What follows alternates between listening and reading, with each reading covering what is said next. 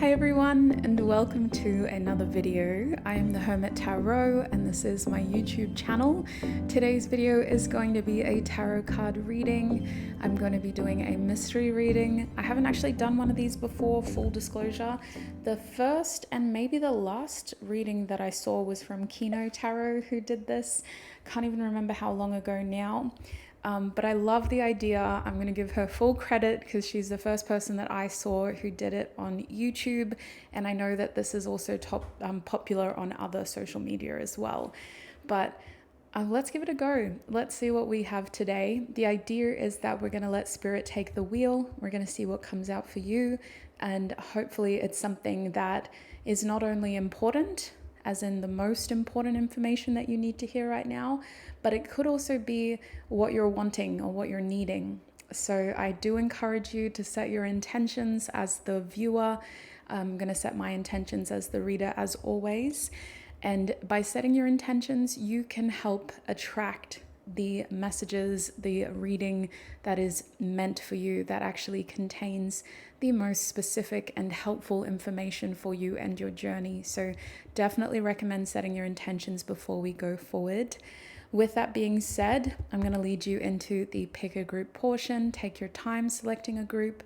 If you need more time, pause the video at any stage and use that meditation clip if you need it as well. Okay, so this is the deck that we're going to be using today. I've had this deck for a little while. I haven't used it in a little while though. As you can see, it's the Modern Witch Tarot deck by Lisa Sturl, and I would say it's pretty common. So if I'm the first person who you've seen use it, you'll definitely start seeing more of it after this video. Let's open up the deck and shuffle with some intention to get a card for each of the groups. Spirit, please tune me into the collective energy of this reading. Those who selected this reading, please tune me into their energy so that I may offer the most clear, honest messages for their reading today. Thank you, Spirit. What card from this deck will give the most helpful, honest messages for Group 1's mystery reading? Group 1, please, Spirit. We have the Seven of Wands. What card will give the most honest, clear messages for Group 2 is the Five of Swords. What card will give the most clear, honest messages for Group 3 is the Main Character card reversed. And for Group 4, please, Spirit, what card will give them the most clear, honest messages? We have the King of Swords. Interesting. Quite fair, I think. Like, all the cards are fairly on the same playing field. If you know tarot, try not to let that steer your bias. Go with your intuition. Go with what you're feeling most drawn to. Tune into the guided meditation after this if you need more help. But as you can see, Group 1, you have the Seven of Swords. And I will hold it up just in case you need a better look. Group 2, you have the Five of Swords. Now Group 3, your card has a little spiel. Pause it to read. And Group 4, you have the King of Swords. So those are the 4 groups. They're going to be in the timestamps as well. When you know which of these groups you are feeling most drawn to, click on the timestamps and join me in your reading. To open your meditation, I'm going to ask you to take in 3 deep, mindful breaths. I want you to breathe in for 3 seconds and breathe out for 3 seconds. I will be guiding you through this. Make sure you're comfortable. Focus on the sound of my voice, and let's begin. Breathe in, 1, 2, 3, and out, 1, 2, 3. Breathe in, 1, 2, 3, and out, 1, 2, 3. Last breath. Breathe in, 1, 2, 3, and out, 1, 2, 3. From this relaxed place, observe the groups in your mind. It can help if your eyes are closed. Is there a specific color you feel most drawn to right now? Perhaps it was a phrase I spoke about in the intro. Allow your relaxed mind to guide you to a group you are being most drawn to. Remember, your intuition is not a loud voice, but it is a strong voice, and it knows which of these groups contains the most honest messages for you. Allow it to guide you through symbols, colors, objects, and phrases that will connect you with the group that holds the most clear, honest messages for you.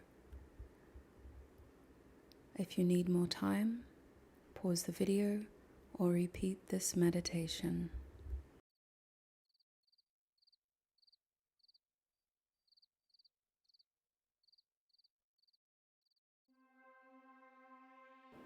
Hi my group ones, and welcome to your reading. If you recognize the 7 of Wands card, then you're in the right place, sweet souls. We're asking Spirit today for a mystery reading. The idea behind this reading is that whatever message comes through is meant for you.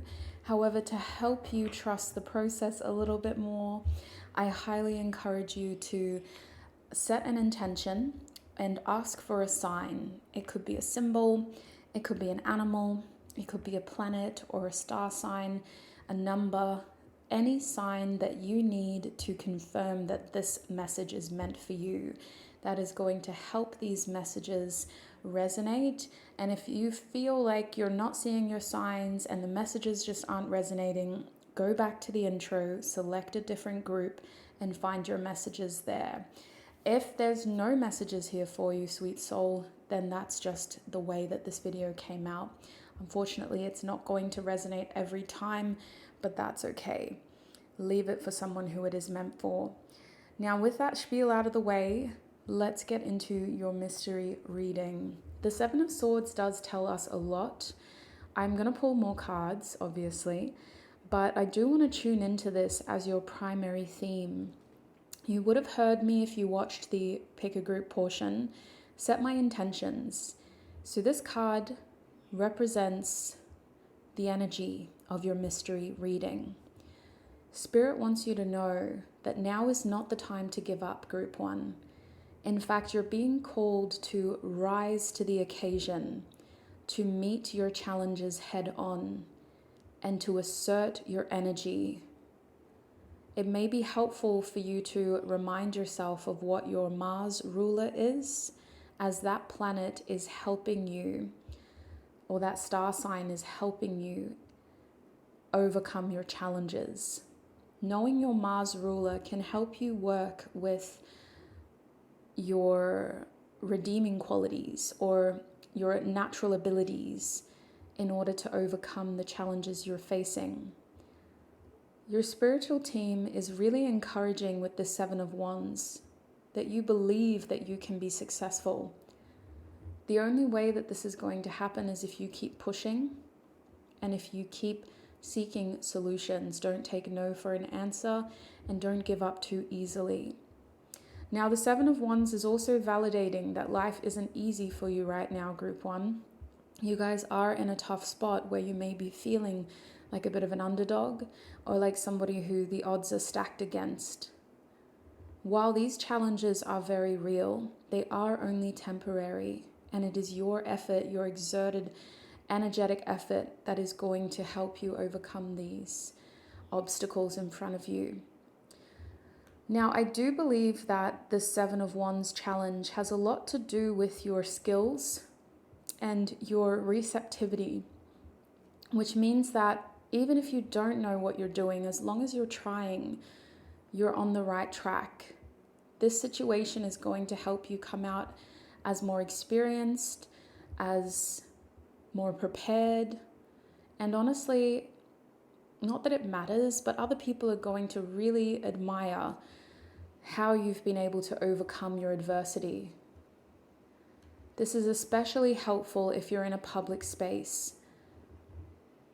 Anyone who has the benefit of watching you overcome these struggles, these challenges, is going to recognize how skillful you are, how you don't give up easily, and how you are someone that is capable in these high, tense, pressure situations. This is especially helpful for employment. People do admire your work ethic or your ability to multitask and to juggle. But you're also coming through as someone who has creative solutions, and that is invaluable. That's not something that can be taught. So you're also being seen as somebody who is just naturally capable. Now that may feel undermining towards all the stress or all of the effort that you've put in, but a lot of people are very impressed, and there is even a select few who feel very proud of you.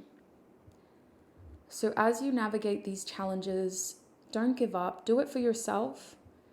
But I do want you to know that you have allies, people in the corner who are watching, cheering, and admiring. So let's get some more cards out here. Spirit, what do my group ones need to know right now? What is this reading on?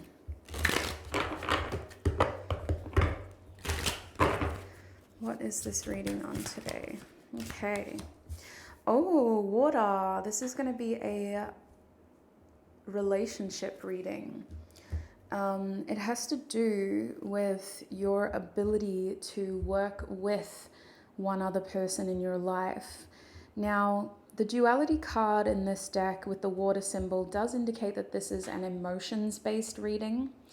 And the number 27 up here is talking about challenges where you may feel like you're not on the same page with somebody, where you may be feeling like things started off great with the number 2 here, like you both had an even sort of playing field where you both felt a level of either partnership, companionship, or compatibility, as though, again, you're both on the same page.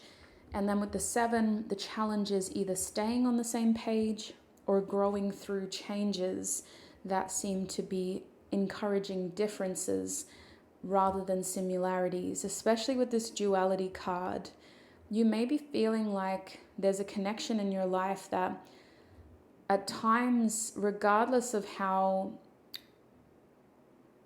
you feel like two peas in a pod, it just feels like there are odds stacked against you. It just feels like, again, the differences outweigh the similarities.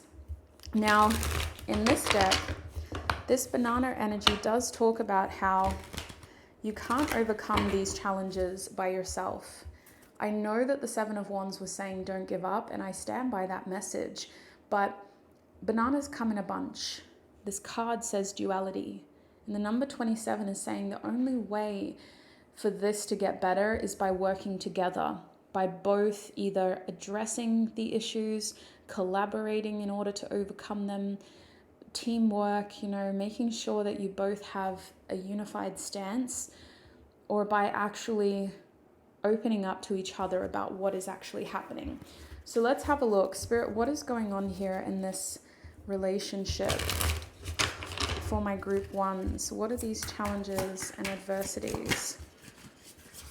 So just a quick read into the situation. We have the 2 of Pentacles reversed, the Page of Wands, and we're going to take her, the Queen of Pentacles. Okay, interesting. So there's lots of signs and symbols out now. If there's something here that you asked for, wonderful, you're in the right spot. If you're not seeing it yet, I do still have one more deck to use at the end. But if you're feeling like this isn't meant for you, don't waste your time, sweet soul. Go back to the intro or definitely seek your messages elsewhere. Now, I'm seeing a lot of earth here. So there are strong themes of management and trying to make something that manages to fit into all the other aspects of your life. The way it stands with this relationship is that things are off balance. It looks like routines are thrown out of whack. you may not have been spending as much quality time together as you usually do. There could have been a bunch of things that popped up recently that got in the way. Someone may have been sick or ill as well. But with the Two of Pentacles reversed, these are practical like appointments or deadlines or due dates that pop up, and they tend to throw our routine out of whack, out of balance. This has definitely created an imbalance in your ability to see each other, to again spend quality time together. And it's making you feel like either you're not giving enough or they're not giving enough. You just can't seem to find that balance. With that being said, the Page of Wands over here is saying you do still have an interest in expanding this connection. There is still a genuine attraction, and if this isn't a romantic connection, there's still a genuine interest in this connection, right? It's still the two of you acknowledging that you have chemistry, either platonically or romantically, and you want to expand. You want to be able to experience more together. You're excited about the future. And so with the Queen of Pentacles, plans have been proposed. There is serious intention here to make something more permanent together. And it feels like one of you in particular has concrete plans, and it could feel like there's one specific leader out of the two of you who is effectively pulling that plan together, who is setting up the short-term goals in order to make that plan happen. This feels like a milestone moment for your connection. It could be your first holiday together. It could be your first concert together. It's definitely exciting. It feels like something that really you're excited about. But there's a serious side to it that needs to be planned and prepared. And that's where the Queen of Pentacles is good. She's good at managing people. She's good at managing time, and she's good at managing resources. This is the type of person who would have a budget, who would have a bunch of deadlines. Like by week 3, we need to make sure we have $2,000 saved. By week 8, we need to make sure we book our flights and accommodation, that type of stuff. So I think with the Queen of Pentacles being here, this is a connection that is focused on a long-term goal and on a potential milestone in this relationship. Now, it does feel like the two of you are having a bit of a hard time managing that right now as it stands. So let's see what we can do. That was the check-in on where you're at now. Spirit, what do my group ones need to hear about this relationship? How can they best... Sorry, group 1. How can they best overcome these challenges? How can my group ones best overcome these challenges, Spirit?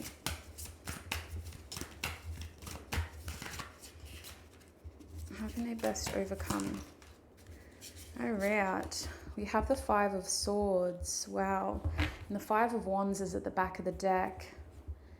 Honestly, it's quite simple. You guys have to learn to say no to other people. Some changes need to be made in your decision-making abilities. You can't be a people pleaser and have what you want to. You've got to choose one or the other. And you also have to be helpfully comparative in that sometimes the Five of Wands shows up when too many people are invested in the plot. Either we're giving other people too much energy, or we're allowing other people to expect too much from us. So there's a complication here in who's involved and what their role is in this relationship or friendship.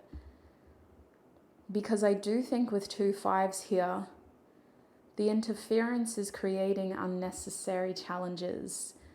Life is always going to be complicated one way or another, you know? That's just the nature of evolution, of being this conscious and of functioning in this kind of society.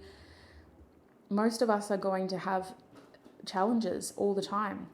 So unless you lead a very wonderfully disconnected, privileged life in isolation, It's very common.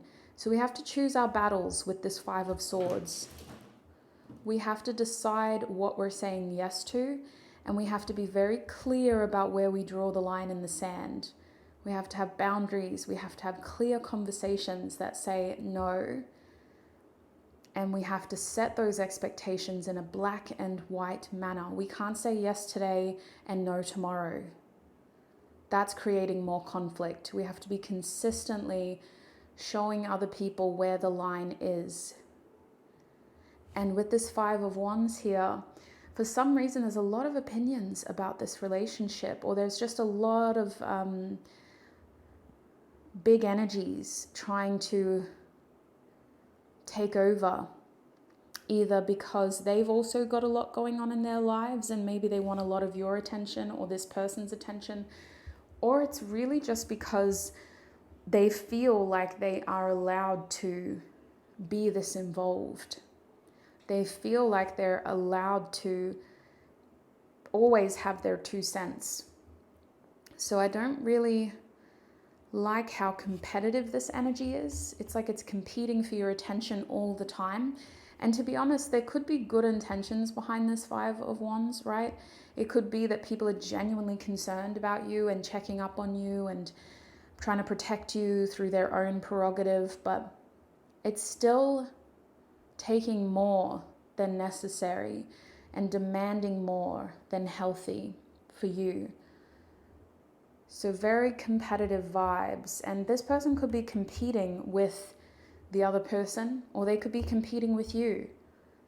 But it's not supposed to be a competition. These are where the challenges lie. So we are looking at those challenges, but I just want to clarify, Spirit, in black and white, because that was a part of the challenges. What are the solutions? In order to continue working towards that long-term goal with this person, what are Group 1's solutions in this connection? Okay. We have the Justice card reversed. What are the solutions? We have the Magician, and at the back of the deck is the Five of Pentacles. So to be very clear, there is going to have to be a relationship breakdown in order for your duality, your balance, your success. You have to put somebody else in their place. This means that you have to set realistic, clear expectations. With the Justice card reversed, this is a rejection, and it's a separation, and it's a conversation about why. We're not just ending things or creating more conflict. We're actually resolving it by asking for space. Now, with the Justice card reversed, communication and effective communication is very important. Sometimes that card can even talk about getting a mediator in, getting someone to help the conversation flow in a constructive way if necessary. This can also look like trying to keep things private. We don't want everybody to know about this, or we don't want it to happen in a public way that ends up becoming embarrassing or too complicated with so many other people involved.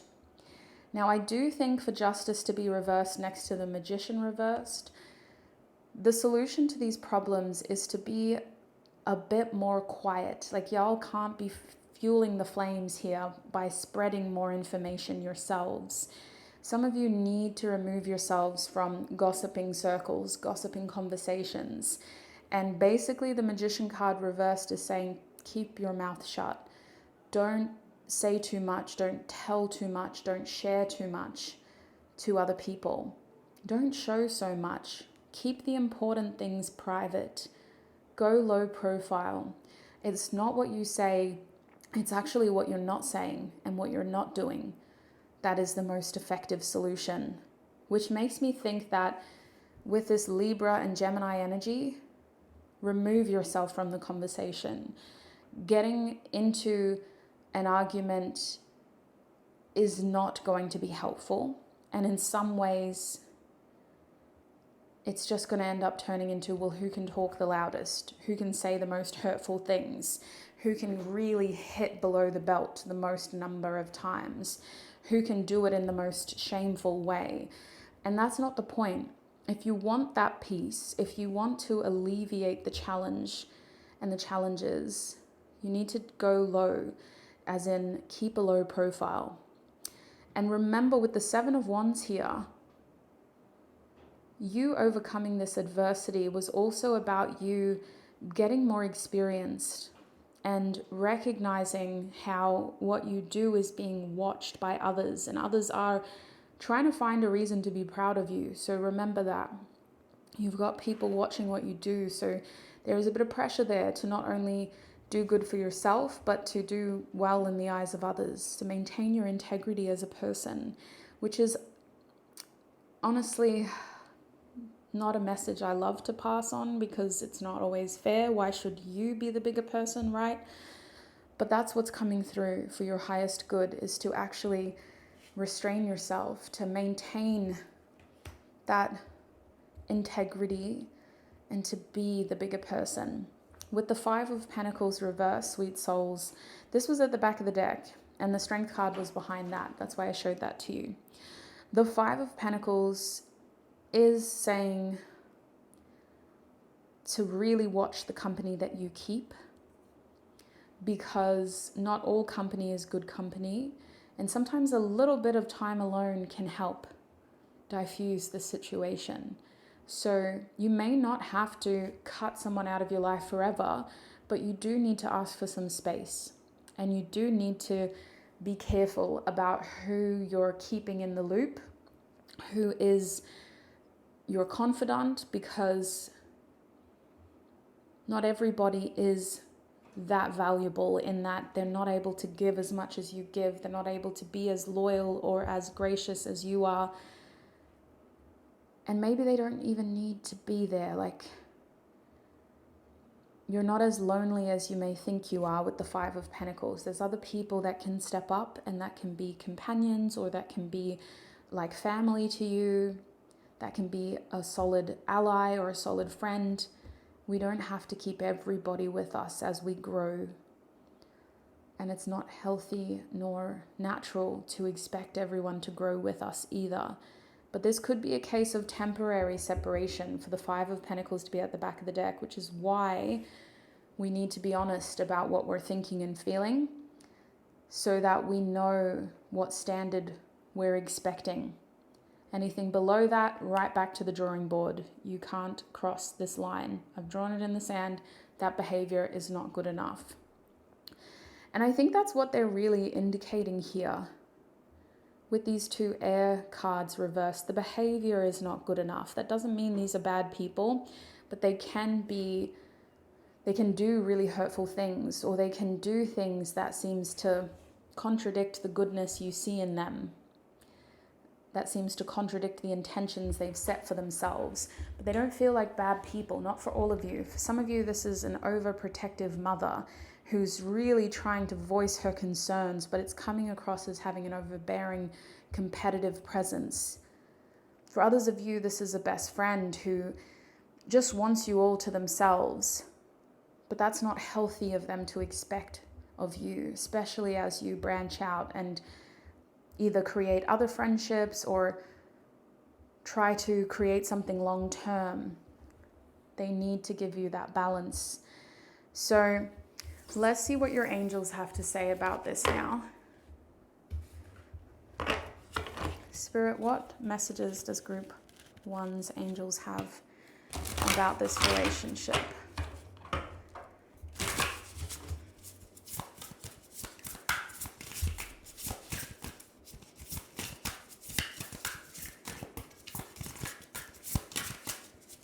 Messages does Group 1's angels have? All right, we're going to take the Marigold card.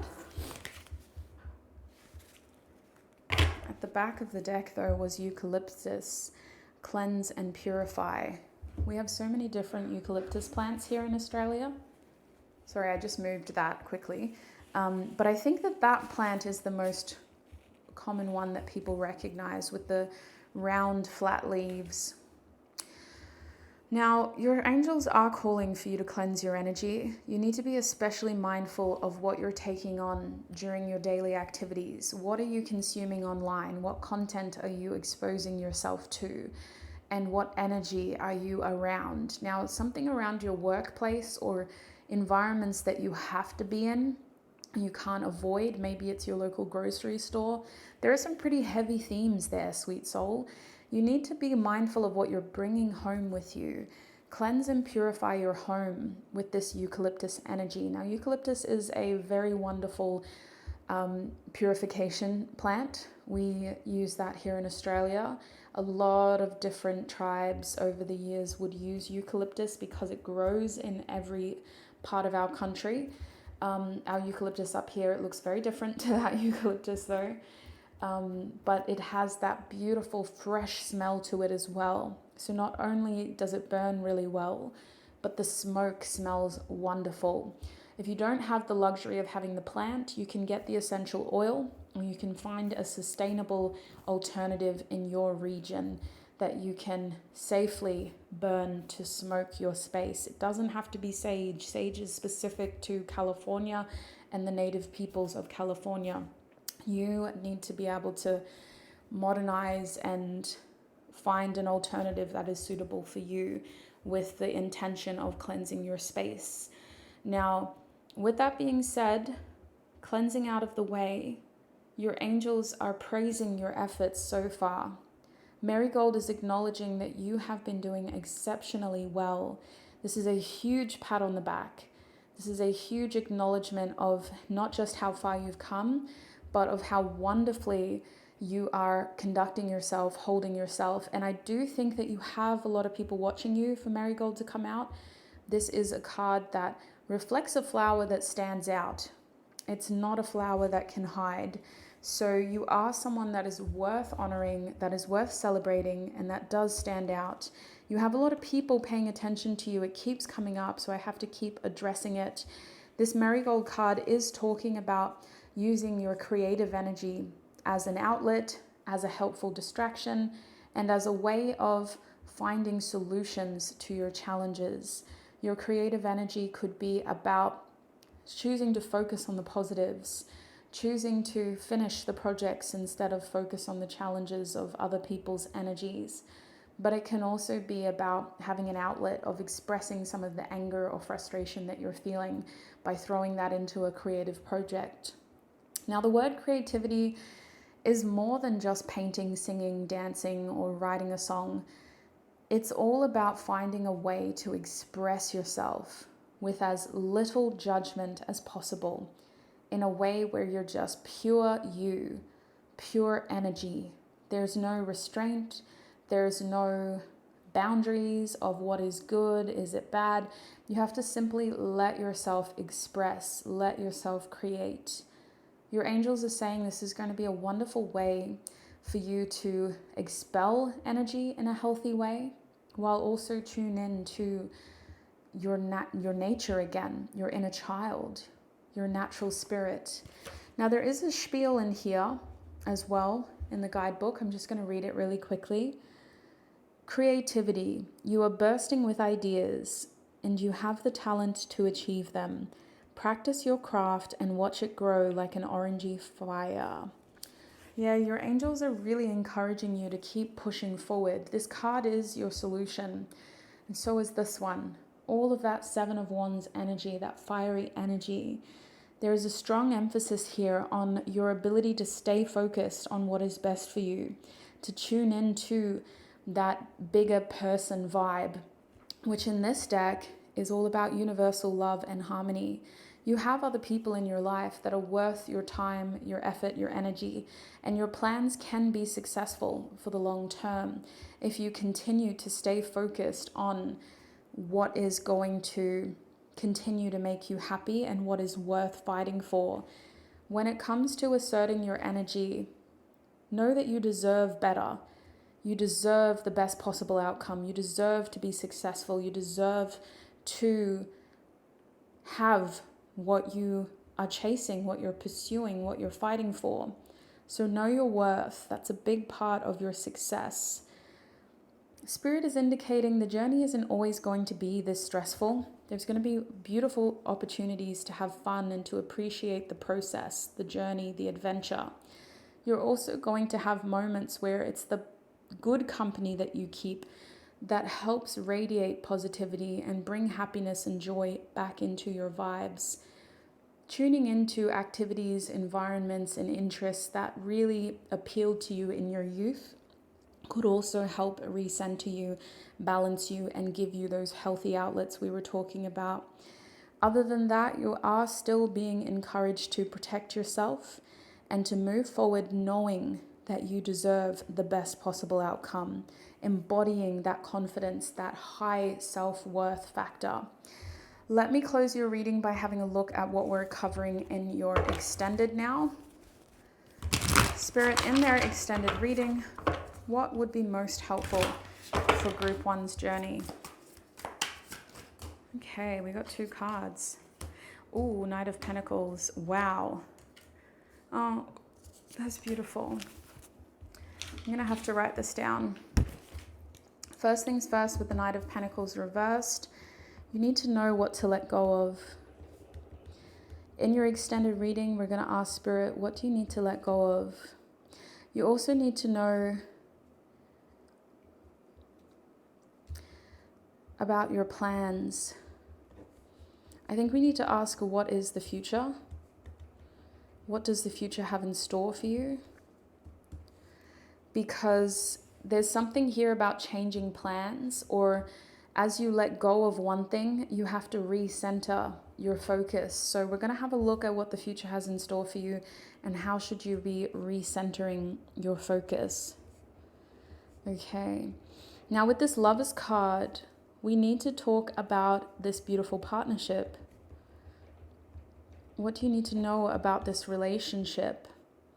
And what important decision is coming in the near future? Important decision in near future. The Hierophant card at the back of the deck is talking about a helpful change of routine and attachment. So this is also about where to gain advice and validation from. So if that sounds helpful, if that sounds like it's going to help bring this message all together, and if you would like that extended reading, the link is in the description box and the pinned comment. That link takes you to my website, Group 1, where I host my extended readings. It is a wonderful way of supporting what I do here on YouTube for free. With that being said, if we're parting ways right here, right now, thank you so much for all of your time, your energy, and your support, Group 1. I appreciate you for letting me read for you, especially in a mystery fashion. Thank you for this energetic exchange. I wish you peace, prosperity, abundance, happiness, health, wealth, success, and joy on your journey ahead. Until we meet again, bye.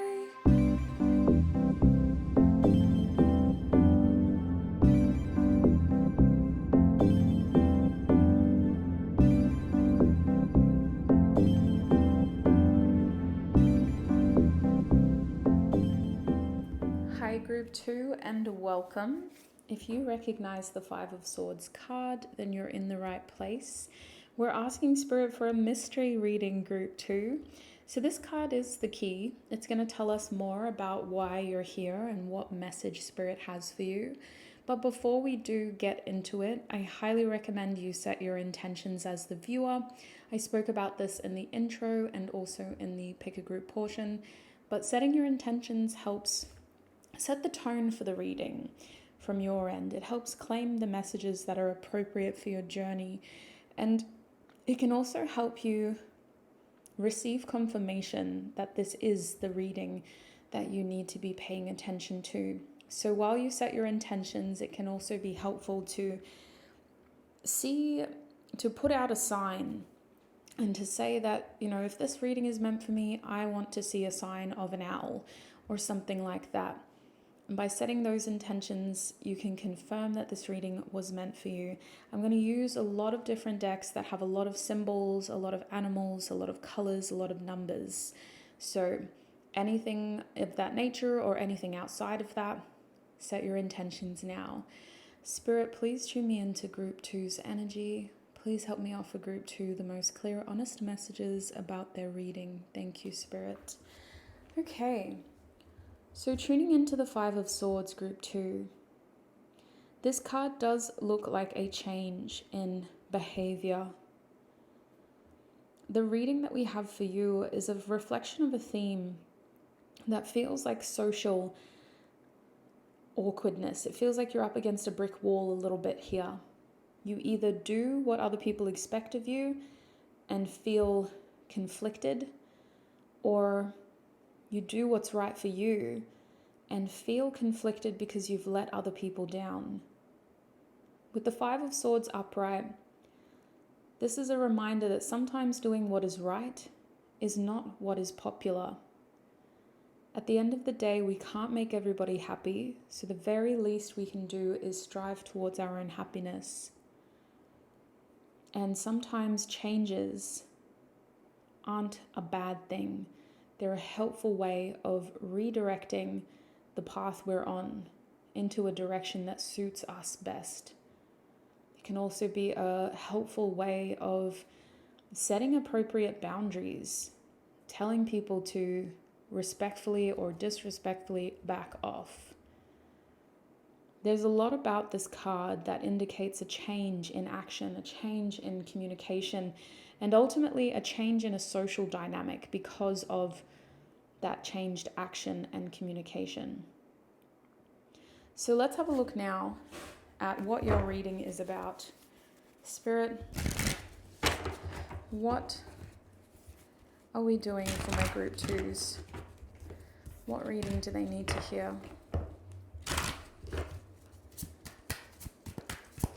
Okay, from the Green Witch Oracle deck, we have victory, more air energy. Interesting. So this is about social. This is about your actions. With Aries here, it's about you. It's about you feeling confident, you feeling stable, you feeling secure. But it is also about the way that other people see you.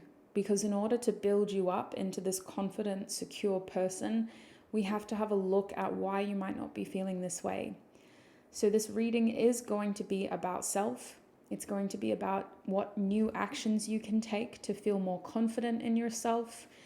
And it's also going to be a bit of a hype reading to make sure that you leave feeling confident, feeling like you have everything you need in terms of the information, and remembering that you are more than what other people think you are.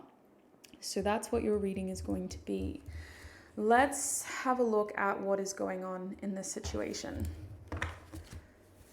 Spirit,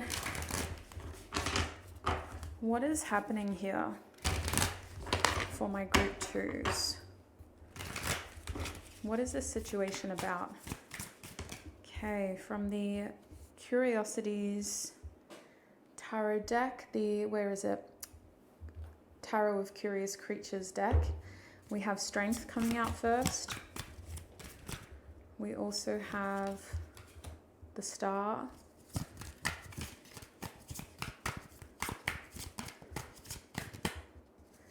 And we have the Ace of Pentacles reversed.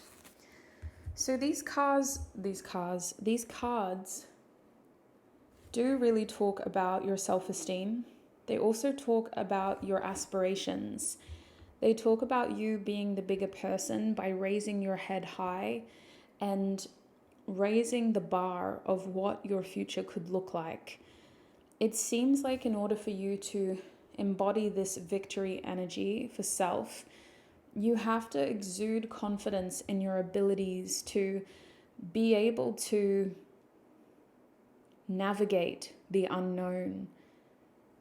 The truth is, when it comes to the future, especially with the Star card here, we can't predict everything. Free will changes our ability to control and understand how a situation is going to play out. The best thing we can do with the Strength card is stay in control of our own confidence, of our own energy, and in your case, of your own mindset. The truth is, you guys are a catch for the Strength card to come out. You're somebody who stands out for all the right reasons. And whatever these aspirations are about, you're not a wallflower. You don't just sort of blend into the background. You're somebody that I feel has a very vibrant presence. And if you're looking for attention, you're going to get it, sweet soul. If you're putting yourself out there, you're going to receive attention. And you've got people who can validate your experience, your character, and also the goodness that's in your heart. Now, if you're looking for work, if this is about you leaving a toxic work environment and putting yourself out there to other forms of employment, you're going to get interviews or emails quite quickly. However, you need to follow through with optimistic language that reflects the person you want to be, not the person you were conditioned to be in your past. With the Star card here, raising your aspirations is about making sure that you set the bar high.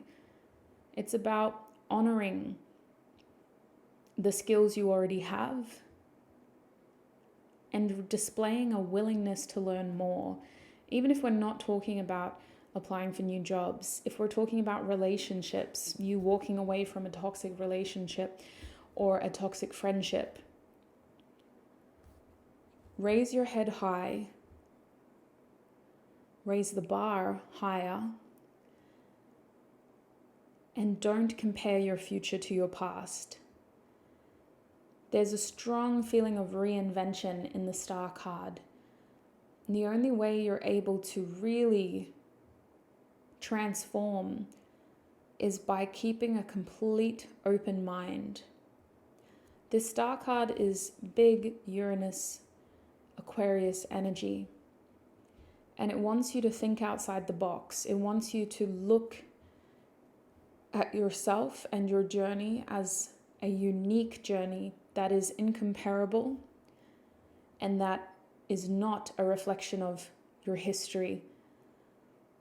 Your future is going to look very, very different. Now, with the Ace of Pentacles reversed, you don't want to go into from the frying pan into the fire. The situation that you're in now is that you are being careful. You're not just wanting to leave one situation and end up regressing or kind of going backwards in life. You want to make sure that you're leveling up. And this is a wonderful mindset and awareness to have with the Ace of Pentacles reversed, because that is in line with these two energies. The situation as it stands is that you have all the right things, the right tools, the right mindset, the right energy, the right ideas. You just got to maybe know when to say no.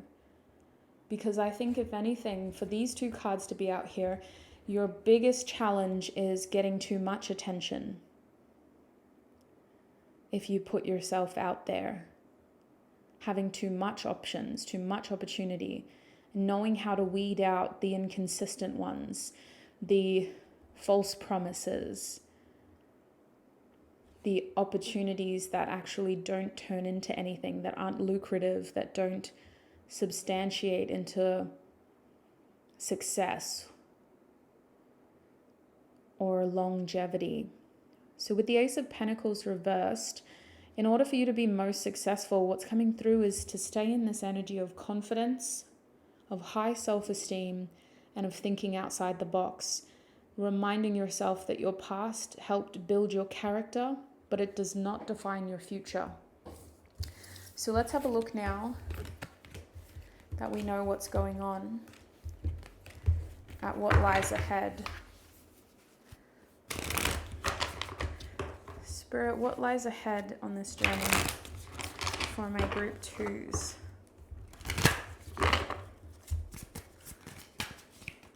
Okay, we'll take that, 8 of Pentacles, the Hierophant. Spirit, what lies ahead for my group 2s, please? Okay, Moon card. Interesting. All right, at the back of the deck is the Six of Pentacles. Now, group 2, this card is talking about balance. It's talking about reciprocity. It's talking about material harmony. And sometimes the only way you can receive that harmony, that balance, is by borrowing. What lies ahead is a favor. Asking somebody else for a favor.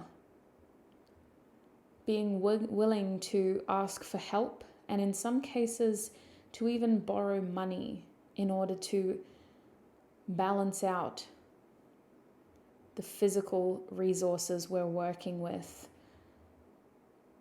The important thing with the Six of Pentacles is to make sure you're not taking on too much. Whatever you're borrowing, make sure you can return it. Even if it takes time, make sure you can pay it back, whatever it is, whether it's a favor or a loan. Make sure it's within your means. There's nothing wrong with borrowing or asking for a favor. For a lot of you, successful resource management is going to help you master your material assets a lot quicker. You're going to be able to get into this space with the Eight of Pentacles where you feel like movement is happening in the right direction. On a tangible level, you've acquired the resources that you've needed. Because of that loan, you're able to buy the right equipment, or you were able to have enough money to pay for that course, or to pay for your education, or to have a vehicle that can get you to where you need to be. But the Eight of Pentacles says you also need to put in hard work. What lies ahead is a commitment to the process of mastering something. Now, usually this talks about a career or a study plan where you're putting in time, money, and effort in order to become more successful or more educated, usually both. The Eight of Pentacles is a good sign of how things are tracking in the right direction for you. And if this reading is directly related towards your material world, it is going to improve because of your successful resource management, because of knowing who to ask favors from, where to put yourself out there, and when to get a loan versus when to pay it back. Successful resource management gets you into this position where you start to notice good results. But the Eight of Pentacles is a reminder that it will take time before you finish. So if you are studying, prepare for the longevity of it all. If you're building a career, set yourself up for long-term success. Have a business plan or have a career plan. Have a study plan.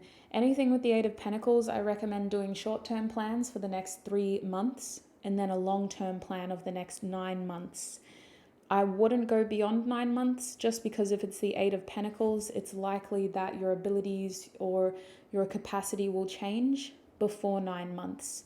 And some of you may even graduate or change jobs or expand your career before 9 months as well. So you use the 9 months as the long-term plan, 3 months as the short-term plan. With the Hierophant here, this is talking about a change to your routine.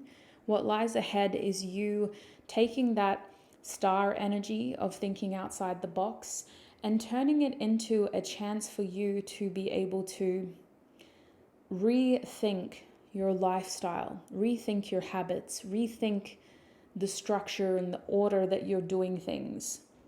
Not only is this Five of Swords change impacting your social network, it's impacting your values. It's impacting the time that you spend in your day and what that means for your daily routine, for your home environment, and for those who mean the most to you. This is usually a positive chance of going back to a drawing board and recentering, trying to reprioritize what is important to you in a sentimental value as well as in a tangible value. You have certain responsibilities and expectations you need to fulfill, and then you have your values-based expectations and responsibilities to yourself more than anyone. Sometimes this is like a restructuring of ethics. I think this is you processing what has happened to you and how much your life has changed. So usually when the Hierophant is reversed, it can also represent an institution having a big impact on you. Maybe since leaving a workplace or a institution, which could also include a religious institution, your ideals have changed. So it's a good chance for you to consider what you should do to better support yourself moving forward, to address your needs and to take care of your responsibilities as well as yourself. This is also a card that asks you to consider who you gain support or advice from during this period, because with the Hierophant reversed, not every guru has the experience relevant to your journey. And sometimes the more orthodox relationships or partnerships, sorry group 2, I just had a package arrived, so that kind of threw me off a little bit. But I was wrapping up the Hierophant. I was talking about getting advice from people who have the lived experience that you need. And what I was trying to say, I don't know if I managed to get it out, was that not everybody with strong opinions and strong beliefs are going to resonate with you as you move forward. You're redefining what resonates for you. And this is on a spiritual level. It's on a values-based level, but it can also impact the institutions you're a part of, the religious beliefs you have, and the communities that you align with. So it's pretty big. It's a restructuring of community and identity within those environments.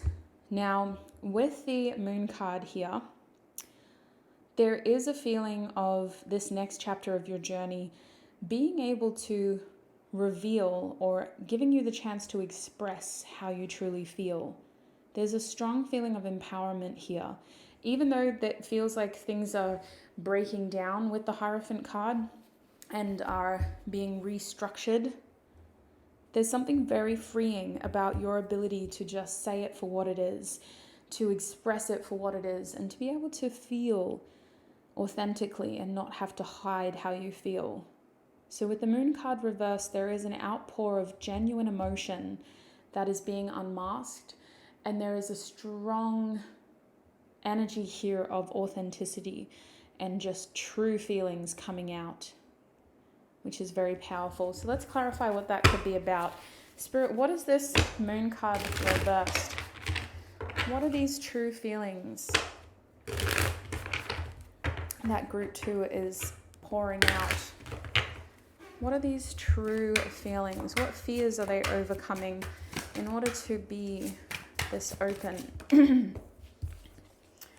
The Knight of Cups, not being afraid of rejection anymore. The King of Cups, honoring how you truly feel. Yeah, you don't care what it means for other people. You just want to be authentic in how you feel. For some of you, this is confessing your true feelings. Spirit, what are they doing here? Those were the fears you're overcoming, but what is group 2 doing? The Chariot, moving forward with confidence, taking bold action towards what?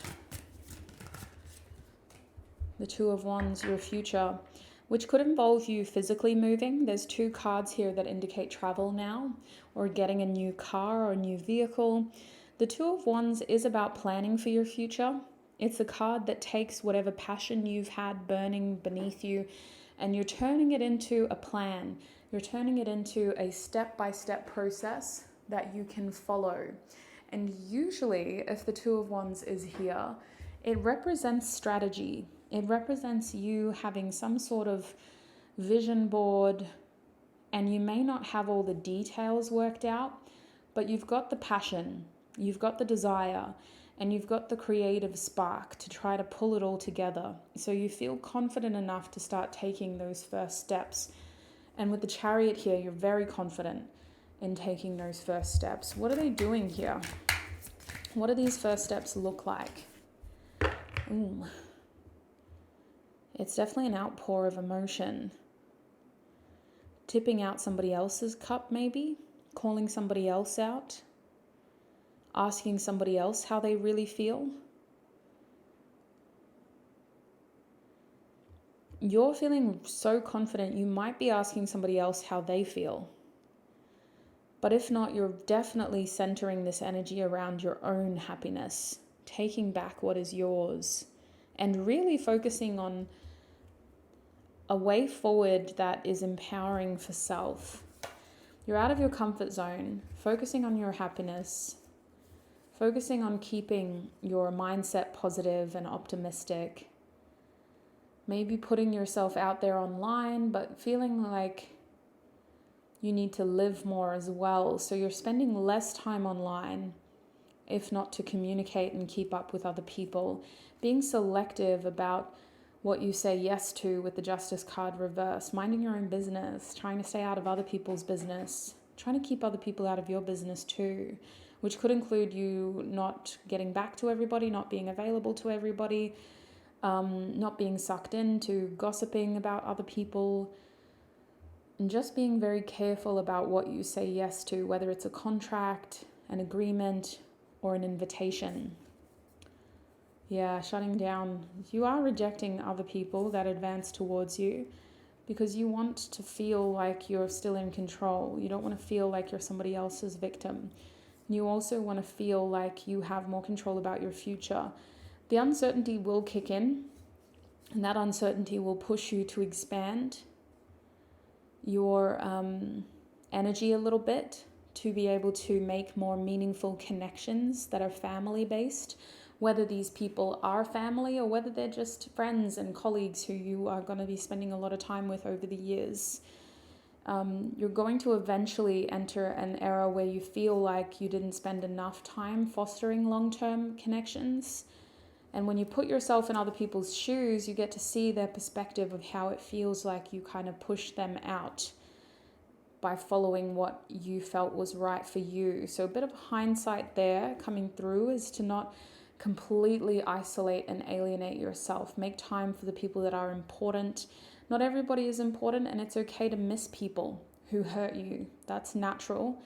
And you don't have to go back to them, but you're allowed to miss them in the way that you were together. When it comes to relationships, friendships, you will have options. You don't need to settle for who or what is in front of you right now, especially with the Queen of Cups here. You will need to gain a little bit more experience and awareness of what you're ready for before it comes to you, which makes me think that right now is not the best time to look for that level of maturity in your relationships. You just kind of seem to be expanding at an awkward and slightly uncomfortable rate that doesn't have room for the maturity that is humming in the future. And there's also this message here of your confidence impacting your ability to see who is worthy of your attention and your time. When your self-esteem is down, your social circles reflect that, especially with the Ace of Wands, constantly seeking inspiration and maybe distractions, passion, and a sense of purpose from others. Don't lose sight of who you are, of what makes you unique, and of what you bring to the table. There's a strong message here of try to find your tribe, group 2. You're not weird. The world is big enough for us to find some place to belong, but you may be underestimating how to do that, because technology could really help you connect with people who are either like you or who you feel like you're a part of in terms of a community. And this seems to be away from the place that you were born or from where your parents live. Physically relocating to a different country or into a different community where there's different cultural backgrounds could help you feel like you belong more. Are there any other messages here? Can we cut it? Let's cut it. All right, Spirit. Where do we go to from here? The social circle aspect seems really important just because it's about you feeling like you belong, and it's about you feeling like walking away isn't a bad thing because you've got something to look forward to. Okay, group 2? You come across as somebody who is in a fledgling stage, and as you try to fly the nest, you're still learning how to fly. Even if you've done things like this before, this is next level. You're breaking the glass ceiling, so to speak. You're setting higher aspirations for yourself, and you're cultivating skills that will pay off. But it's really important that you are patient with yourself in the process, and that you just enjoy this for what it is, even if it's temporary. Try not to isolate yourself from human connection, and stay open towards building your confidence and your self-esteem in any way necessary. All right, Spirit. Let's get some closing messages from your angels. What does Group 2's angels have to say? What closing advice? Okay. We have Primrose, new love. This is a group that is inviting new energy towards them. And I really think that this is your spiritual team encouraging you with all of this pink energy to stay open towards the compassion and kindness of others, and to recognize when those energies aren't there. Don't force those glasses to be rosy. Don't force positives to happen. If you're being disrespected, undermined, ostracized, or just excluded, stand up for yourself. You deserve that. And in creating space for yourself, you also create space for new romance, friendship, healing, compassion, and sweetness. There's a strong feeling here of how having the courage to do what is right, even if it's unpopular, is going to help get you around a group of people who can resonate with your being. Now, these sweet blue-green colors represent a refresh and a cleanse. I really think that you will be successful in putting yourself forward. You will not only cleanse your energy, but you create space for people to come and join you, for the right people to join you. Your angels are affirming that you deserve the right amount of companionship. Look at all the flowers here. The Primrose card from the guidebook reminds us about romance blooming. It says you feel like a teenager, or you are one. There's a lot to look forward to in your future. And I think to help close your message, to help keep you in this confident space of making the right decisions for yourself, your spiritual team, your angels, really want you to stay focused on the options that lie in front of you, the options that you have. And this idea that by saying no, you're also saying yes to other possibilities. By rejecting the wrong things, you're leaving so much room for the right things. And that might be how you look at it in order to cope with the changes, or that feeling of having to do what is unpopular even though it's right for you. You are saying yes by protecting yourself and by pushing other people away. So that is what I'm seeing for you, Group 2. Interesting message. I'm going to take this into your extended now. And in order to do that, I do want to have a look at what we need to cover for you. So I'm going to shuffle this tarot deck, and we're going to ask Spirit, what do you need to hear?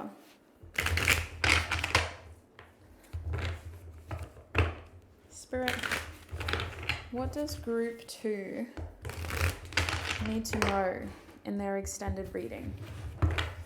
What does Group 2... Okay, that was quick. We have the Ten of Swords. Wow.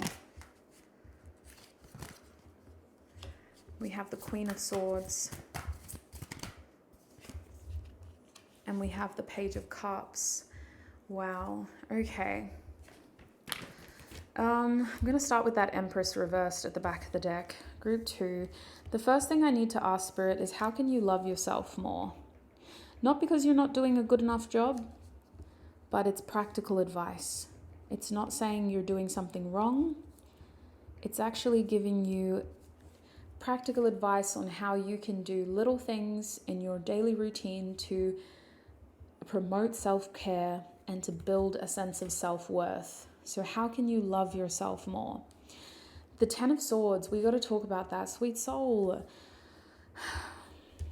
What do you need to know in order to get closure?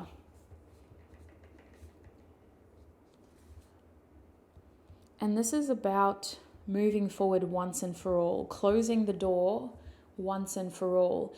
Now, this may be uncomfortable with the Ten of Swords. The information that comes out could include information that indicates betrayal, someone lying or cheating, but it is going to be the truth, and it's going to help you once and for all close that door and move forward.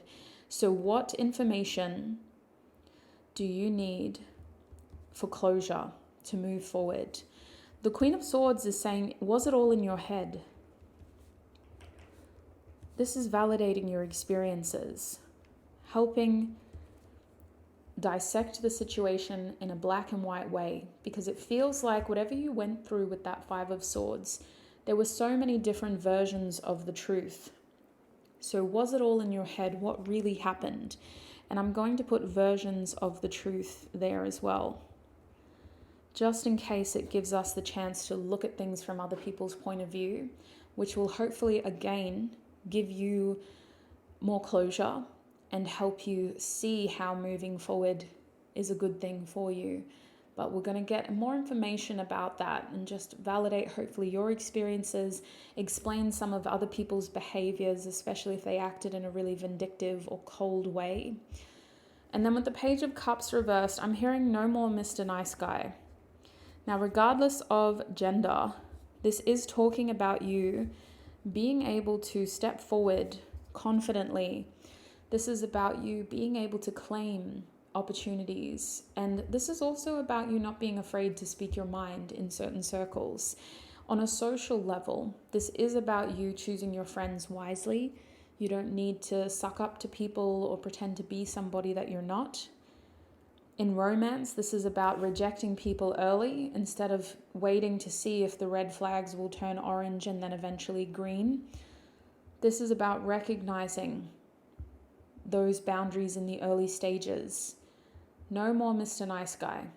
We're not laughing to make other people feel comfortable when we're uncomfortable with what they're saying. We're not smiling even though we've had a horrible day just because somebody showed up to our house or our work unannounced. We're not going into work if we feel sick because they're going to emotionally manipulate us into thinking that we're not good enough to work there if we don't. Those are the examples of a Page of Cups reversed. We're not the sweet little easy to manipulate plaything. No more Mr. Nice Guy.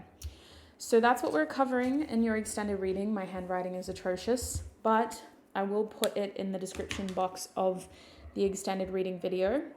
If that sounds helpful, if it sounds like it's going to really enhance the reading for you, or if you're wanting to support me, that is a wonderful way to do it. The link is in the description box and the pinned comments. That extended readings link takes you to where I host all my extended readings. So please take your time, remember your group 2, select the right reading, double check before you spend any of your precious money. Make sure you're spending it on the right thing. Group 2 of the mystery reading. Thank you, Group 2, for all of your time, your energy, and your support. As we part ways, I wish you peace, prosperity, abundance, happiness, health, wealth, success, and joy on your journey ahead. Until we meet again, bye.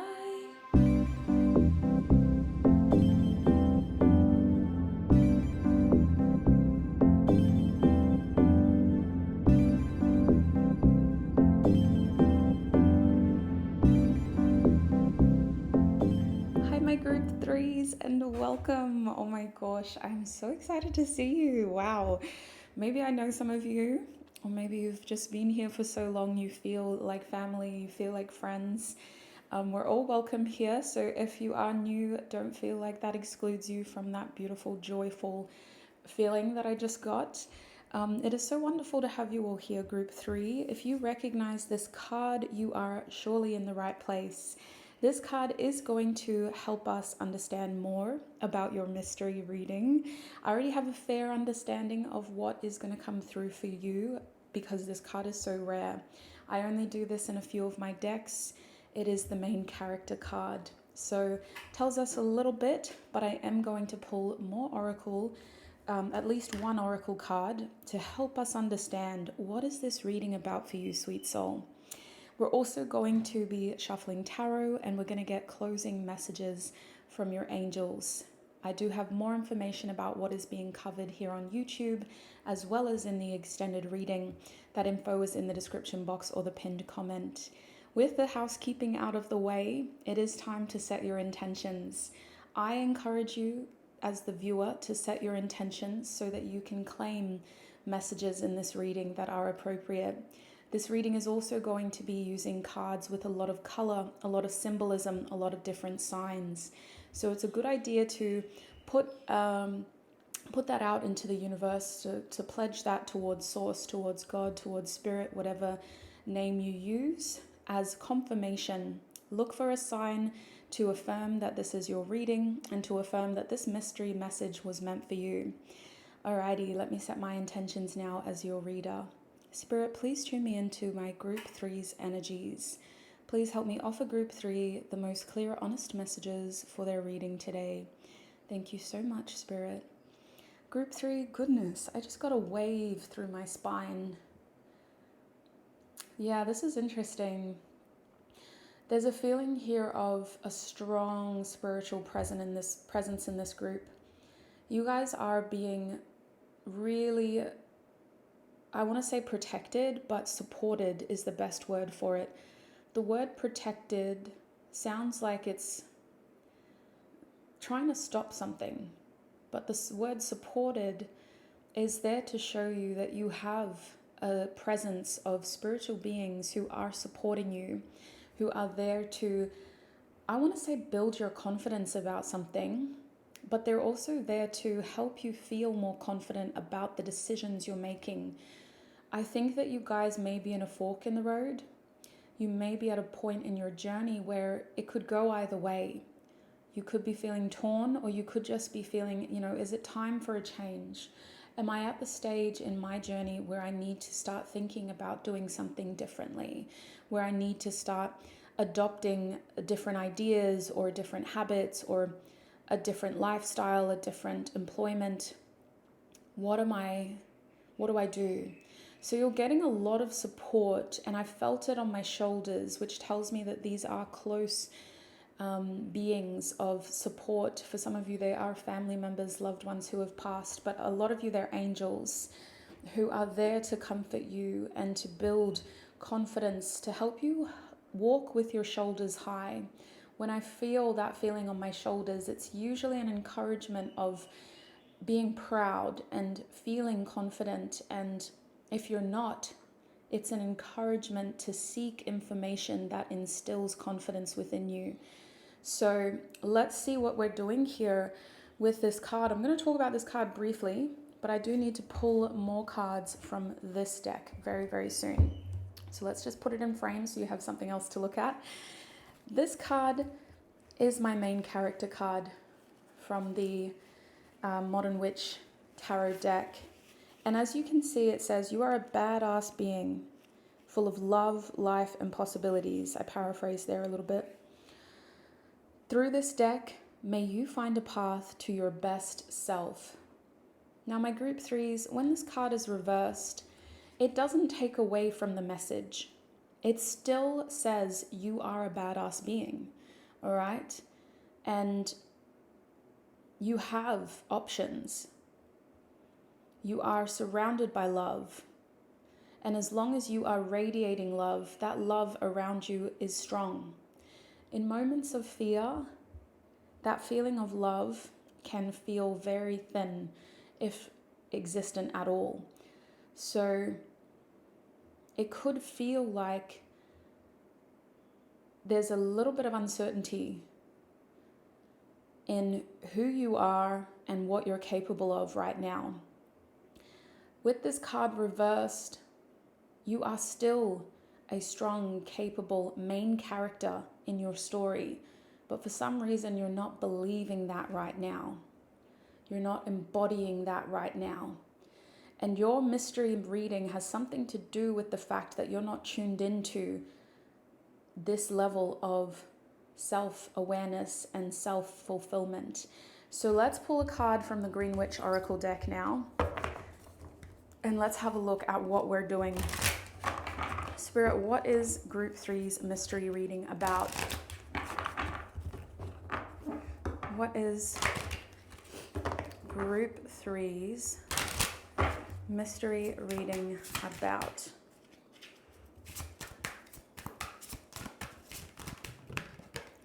Okay, we have cleansing. Wow. Okay. Goodness me, my Group 3's. So this card has water on it, which tells me that your reading is about a relationship. It's about love. It's about an emotional tie. And it's about cleansing the relationship you have with your own identity, for Gemini to be here, so that you can see exactly what is in front of you, so that you can see the relationships and the information you have around you. This reading is going to be about practical, small changes you can make to help feel more confident in the decisions you're making for yourself and for those around you. This is going to help bring you closer to some important people in your life. And this is also going to help you distance yourself from behavior that is not appropriate and that may be negatively impacting your self-esteem. So that is what this reading is about. This cleansing energy is very much stemming from the relationship we have with ourselves, and it's impacting the way that you see information, including people and opportunities around you. So let's have a look at what that means with some tarot now. Spirit, with this information, with this theme, what message do you have for my Group 3's?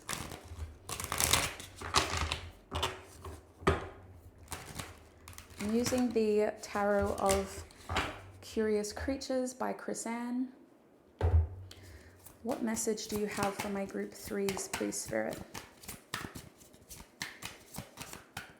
We have the Knight of Wands. Wow. What message? We also have the Two of Pentacles.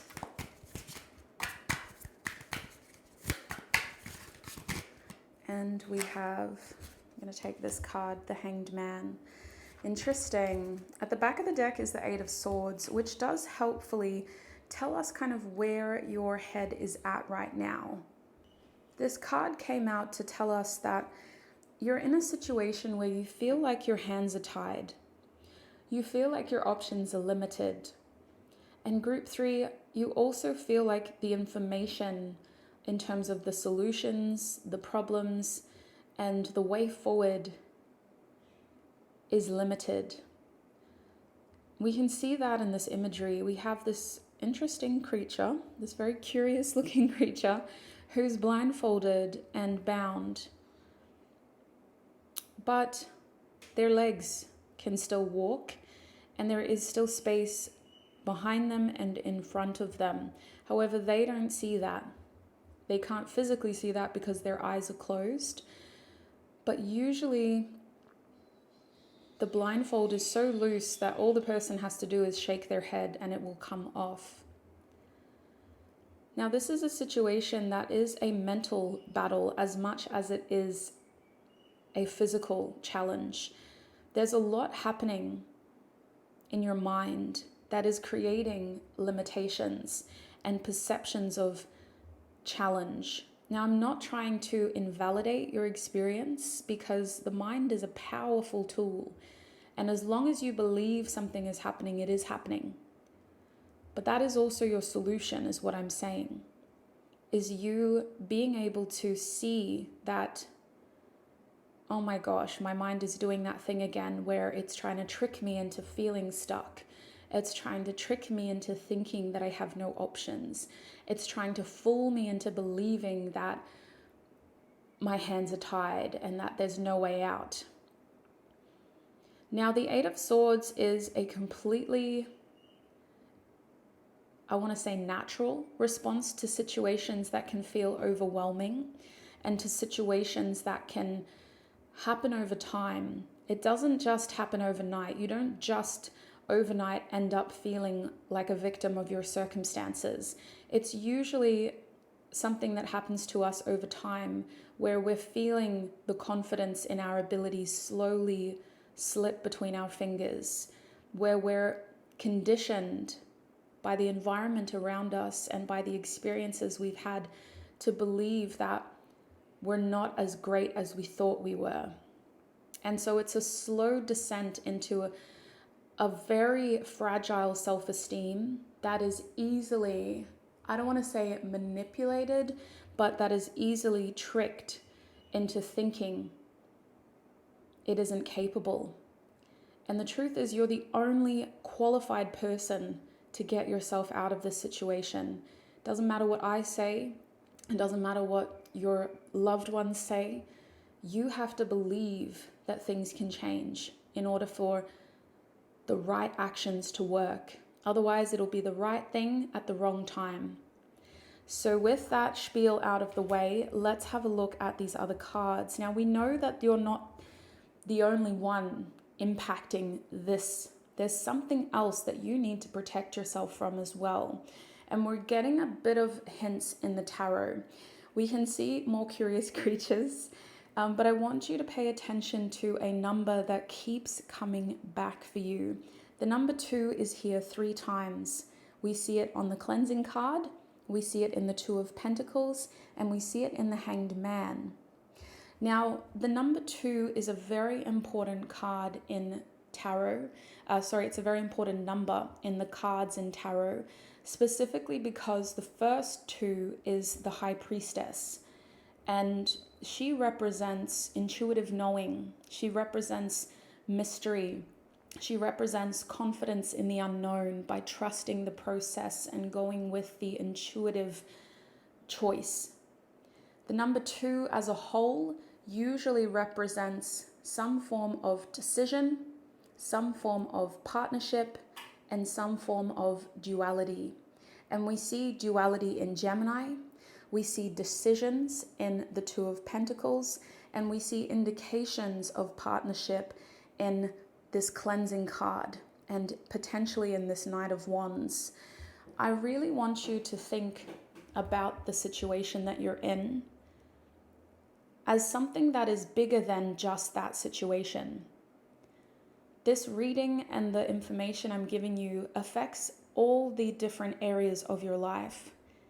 It affects the way you're seeing your life right now. Therefore, it impacts all your relationships. It impacts all the opportunities that come your way.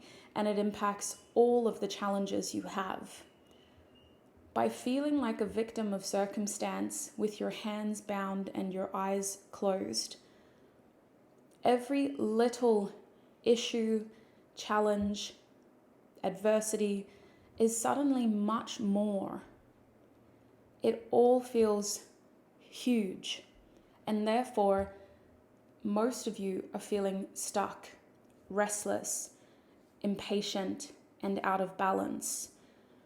This reading starts by showing us the Knight of Wands, and really the message that Spirit has for you with this card is to make sure, my group 3s, that you're remembering your passion, that you're remembering your desire, and that you're remembering your zest.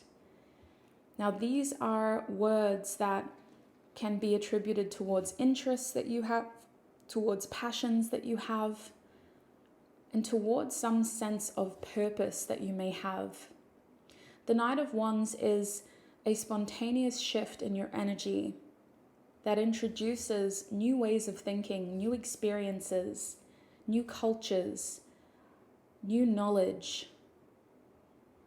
This is a chance for you to expand your experiences, but it's also an unreliable energy because the Knight of Wands by itself can be reckless, impulsive, easily distracted, and can be making decisions from a place of excitement and pleasure rather than practicality and reasoning. So you do need to use this information to look at what you are investing your energy into and who you are investing your energy into. Are you pursuing people who, like this Knight of Wands, are very attractive, exciting, passionate, full of unique experiences, maybe with a unique background, but whose actions aren't practical, reasonable, or stable? Or are you yourself using areas of your life that are exciting, passionate, distracting, to help get your mind off of the bigger picture? The Knight of Wands serves a purpose of expansion, expanding your experiences and exposing you to things that do feel exciting because they're fleeting. If this was available all the time, it wouldn't be as exciting. It would be an option, and maybe we'd do it once, but we wouldn't feel like we needed to spend our whole weekend with that person because we know they're going to be there for as long as we're going to be here. This is only exciting because it feels fleeting. And it is an opportunity to learn more about yourself, but it also has the potential of taking you off course, which is what I'm kind of seeing over here. I feel like you have this energy in your life that has passion. You are seeking experience, but you're doing so in a way that contradicts the other commitments you've made or the other responsibilities you have with the Two of Pentacles here. Sometimes you're very good at juggling things. You could be high functioning in that way. You could be someone who can really carry a lot, who has the ability to shoulder a lot of responsibility, and who is incredibly sufficient under pressure. But for the Two of Pentacles to be here, the message is you need to get your priorities straight. You're feeling pulled in one direction, but a lot of your goals are aligned with a different direction. And it could feel like there's this anchor that's holding you back. But these are a reflection of the choices you've previously made, you've previously committed to, you've previously taken on. And so with the Two of Pentacles here, my sweet souls, you guys do need to reflect on everything you are currently managing. The Two of Pentacles is encouraging you to not only get your priorities straight, but to evaluate your commitments, your long-term plans, and to have a look at the short term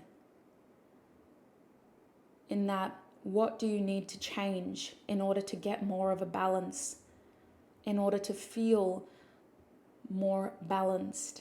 Because over time, this is not sustainable, what you're doing. You can't just work hard, play hard, or you can't just procrastinate and then do it all at the last minute, or you can't just neglect your budget, or you can't just neglect your responsibilities. So what do you need to change? What decisions do you need to make on a practical scale to be able to sustain your interests long term? Now, you do need a better lifestyle balance for the Two of Pentacles to come up.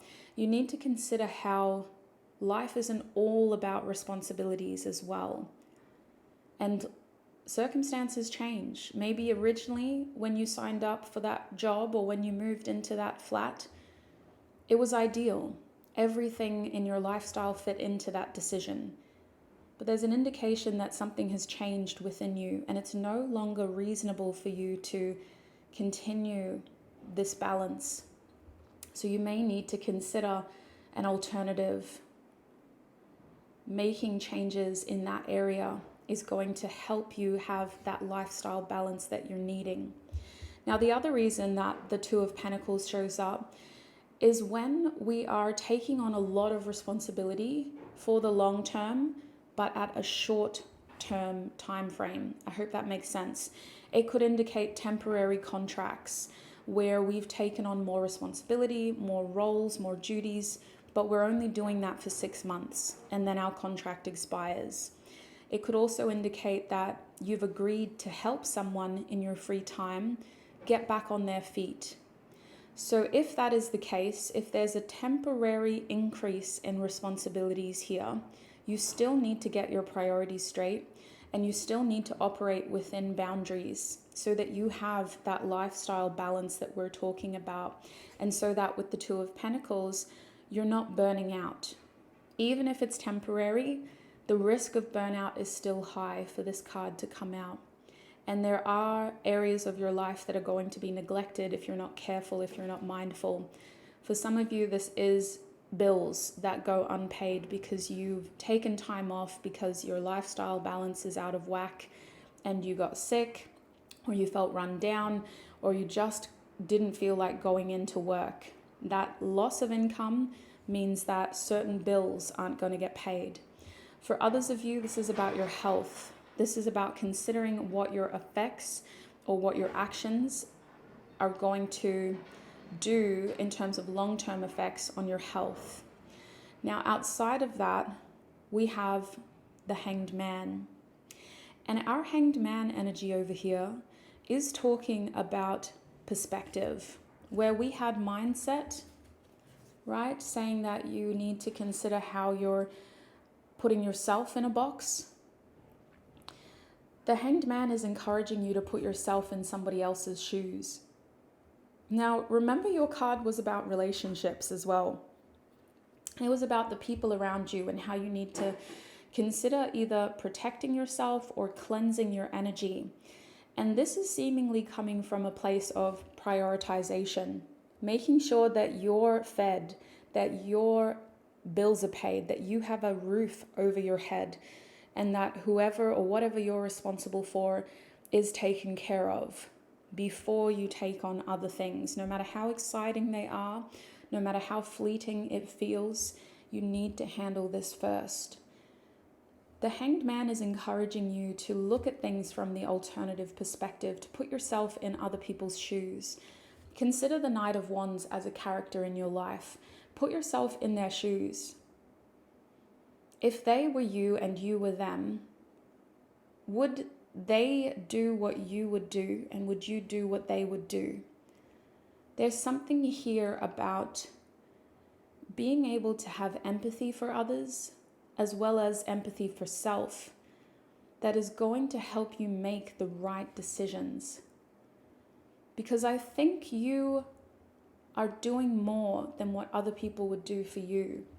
And while at times, this is a beautiful test of your character, this is a beautiful display of your values and your ethics or morals or upbringing or community, it is not always fair. And we're not doing this to say that person's bad, this person's good, but we are doing this to help you see the situation from a different angle. The Hanged Man is about imagining the situation from other people's perspectives so that you can get an enriched understanding of what is happening and of whether it is a bad thing to say no sometimes. It can feel uncomfortable, but why is it such a natural word in the mouths of others and so foreign in the mouth of your own? There's things about this situation that are unbalanced or imbalanced because you're not thinking. Sorry, my sweet souls, I was cut off by my alarm of all times. It decided to go off right then.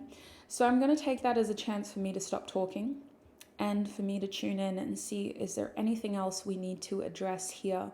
Spirit, can we clarify who else is involved in this situation? Who else is involved?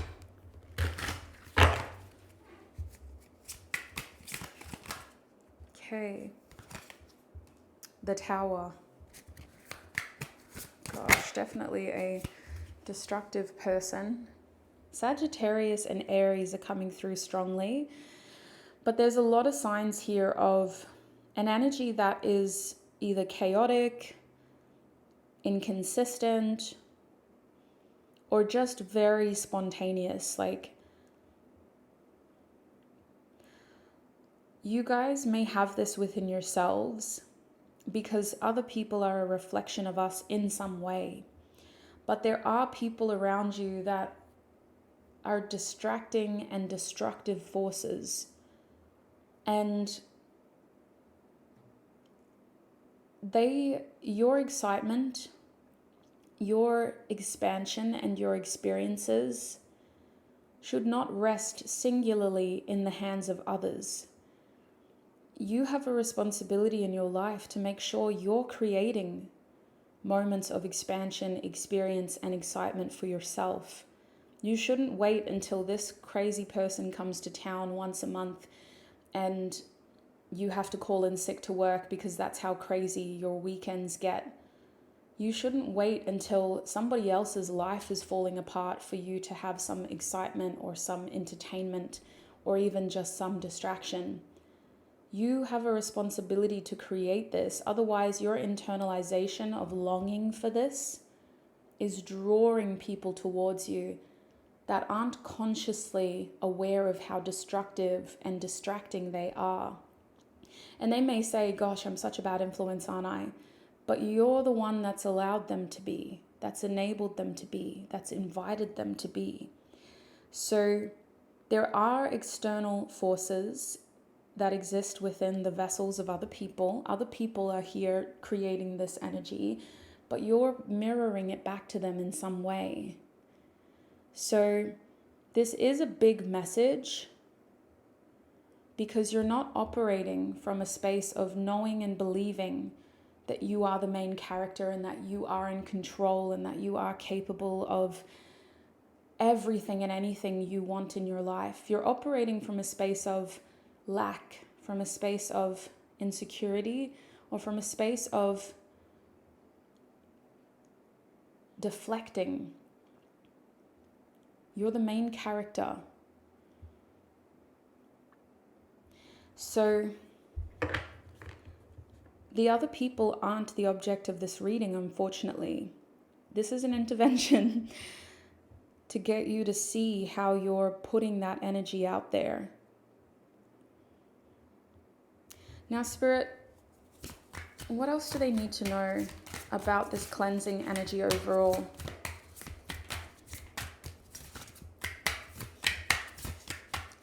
Why should they be focusing on cleansing? Okay, we got a message, the 7 of Cups. Because I don't think you're happy. I don't think you're feeling satisfied with life. I don't think that you are enjoying this experience we call life.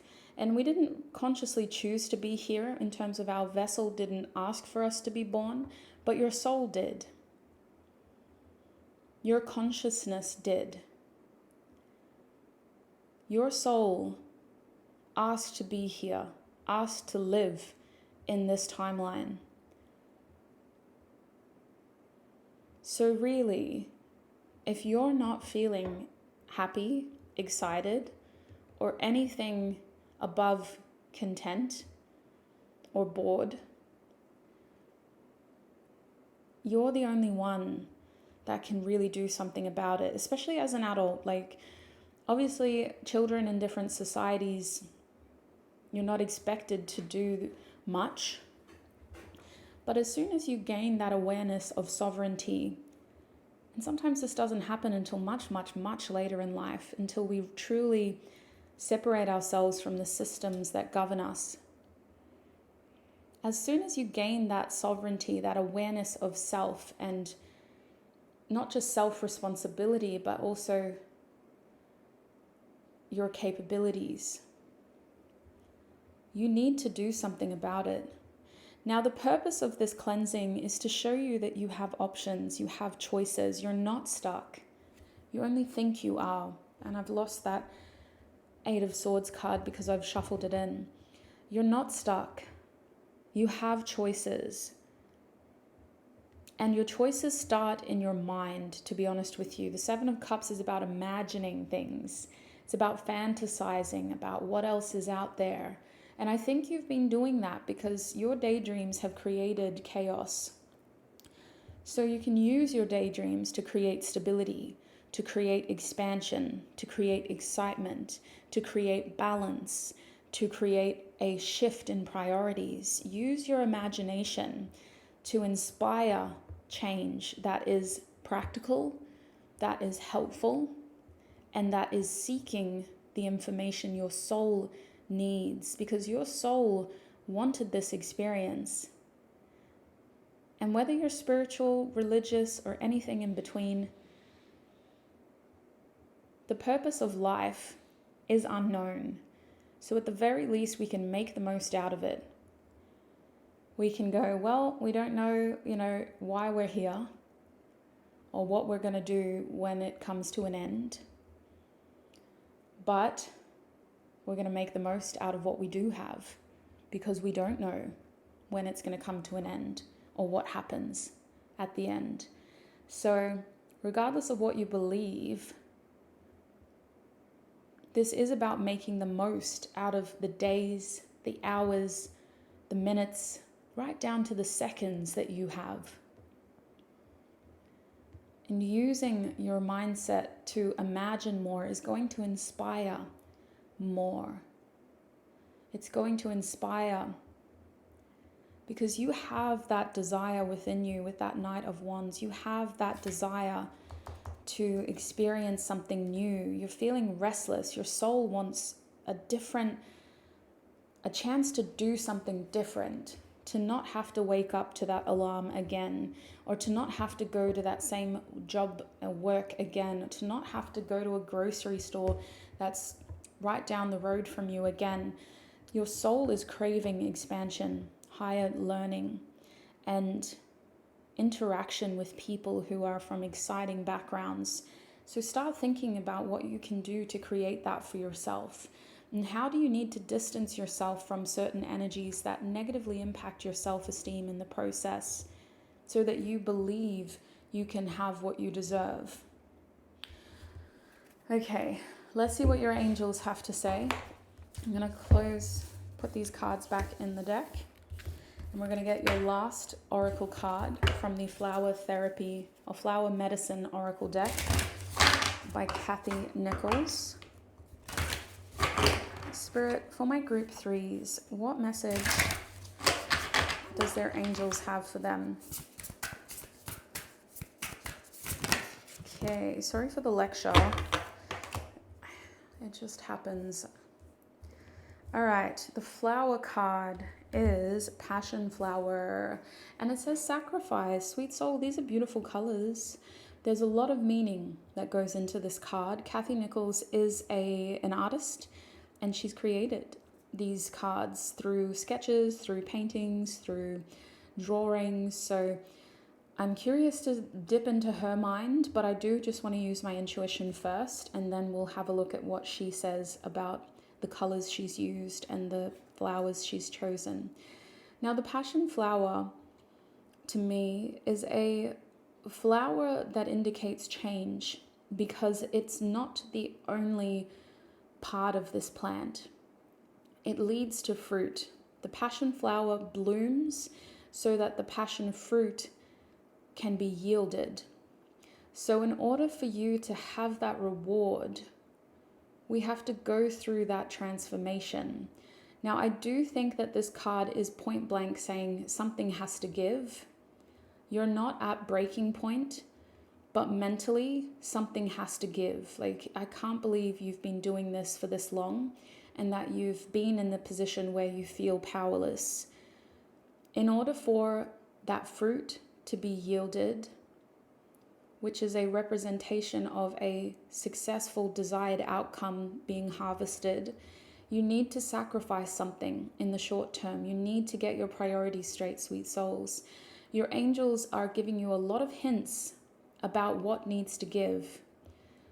For this card to come out, your angels are divinely intervening to show you what you need to sacrifice in order to get your life on track, in balance, and in order to embrace experiences that are exciting in a more sustainable way.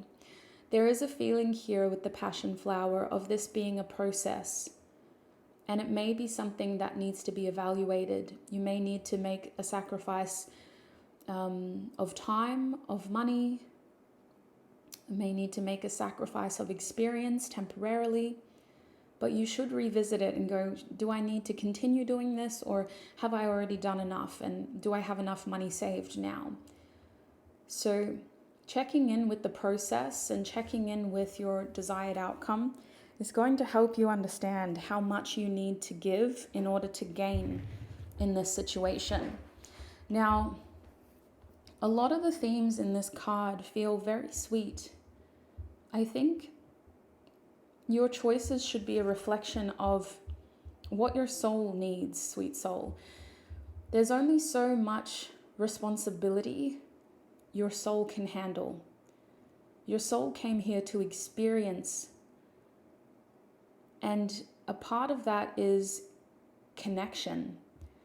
A lot of the colors on this card represent friendship, connection, romance. Your soul is craving the chance to experience things with others, not just by yourself, not just as a lone wolf, but with others. Having the right people around you is a key part of why you were incarnated. And I feel like for Passion Flower to be here, in order for certain friendships or romances to thrive, some connections need to be sacrificed. Some responsibilities need to be sacrificed. In order for you to embrace that Knight of Wands from a sustainable place,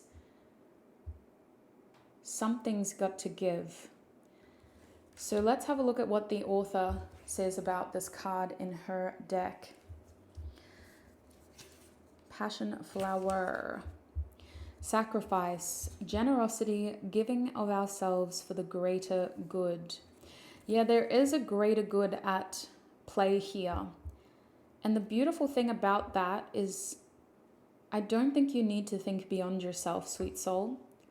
The greater good is a better outcome for yourself, which should make it easier for you to sacrifice because you're the one that's going to benefit. Now, the deck comes with this beautiful double-sided card, which tells us what each of these colors can mean in terms of themes. Now, I do want to start up here because the stem of the plant is this color. Universal love and harmony seem to be the foundation of what your angels are guiding you towards. Universal love and harmony. We then see the leaves on the passion flower, and they are representing growth, health, balance, and renewal. The flowers themselves do have some themes of trust, loyalty, and honesty with the blues that we see. But we can also see, especially on this one, themes of sweetness, romance, friendship, healing, and compassion. There's a lot of indication here that what is at stake is bigger than you feeling stuck and bored. It's a soul calling to branch out, to change, and to offer transformation so that you have more connection, more excitement, and so that your soul is more, I want to say, in tune with its universal state of love and harmony. So there are strong feelings of peace in this card, of your angels guiding you towards feeling more at peace with the life you lead, with the actions you take, and with the choices you make. Your angels are guiding you towards decisions and options and opportunities and choices that help you feel more at peace, more surrounded by the right people, by the right peer group, which makes sense with Gemini. So that is what I'm seeing for you on YouTube. I'm going to take this into the extended now. In order to go into the extended reading, I'm going to be pulling some tarot cards to see what we need to talk about. We're keeping it a mystery and leaving it in Spirit's hands. Spirit, what do I need to talk about for my group 3s in their extended reading? What do I need to talk about for my group 3s? We have a card. We're going to take both. Wow, we have the Two of Wands and we have the Empress. What else do we need to talk about in their extended reading? We also have the Queen of Swords. Okay, very cool themes. I've got my little piece of paper here. I'm going to take some notes. My handwriting is atrocious, so you can see the list in the description box or the pinned comment if you want to have a look at what we're covering without chicken scratch, which is what this looks like. So the Two of Wands, let's talk about it. The Two of Wands is a card of direction, strategy, and planning. When it's in reverse, plans have changed. So we're going to have a look at what this means for you. The plans have changed, so where to from here? What is your strategy? And often, in order to understand where to from here, we have to look back at your sense of passion and purpose. So we're going to do that. We start from an Ace of Wands, a feeling of passion, excitement, purpose, and we expand into the Two of Wands. So let's go back to the Ace of Wands. What was your passion? What was your purpose? What excited you? And how can you use that to make something out of it that is beneficial? Because your soul is calling you, but you guys may be like, well, I don't know what to do. I don't know where to go from here. What does that even mean? Like, I feel restless. I feel bored, but I don't know where to start. So let's have a look at that. That's what the Two of Wands is talking about. And if you do have an idea, it will still be helpful for you to know what you should do with that sense of purpose, passion. Now, with this Empress card, you guys, first of all, look, another 2. That's crazy. You've got 4 2s. I didn't check the other cards I pulled, but there's a lot of 2s in your reading. So definitely do your own research and look at the significance of the number 2 in tarot, in astrology, and in numerology. It's not going to take long to do that. It sounds like a lot, but Google is a wonderful tool. The Empress is about sustainable growth. It's also about using creativity and creative thinking in order to expand. So the goal here is sustainable. That is a word that came up a lot in the first part of your reading, and it's definitely something that Spirit wants to elaborate on in your extended. I want to talk about the Empress as a whole. So we're going to ask Spirit, what does this mean for you? What does your sustainable future of continual growth look like for you? What does it look like for you? And that will help me ask the right follow-up questions. With the Queen of Swords here,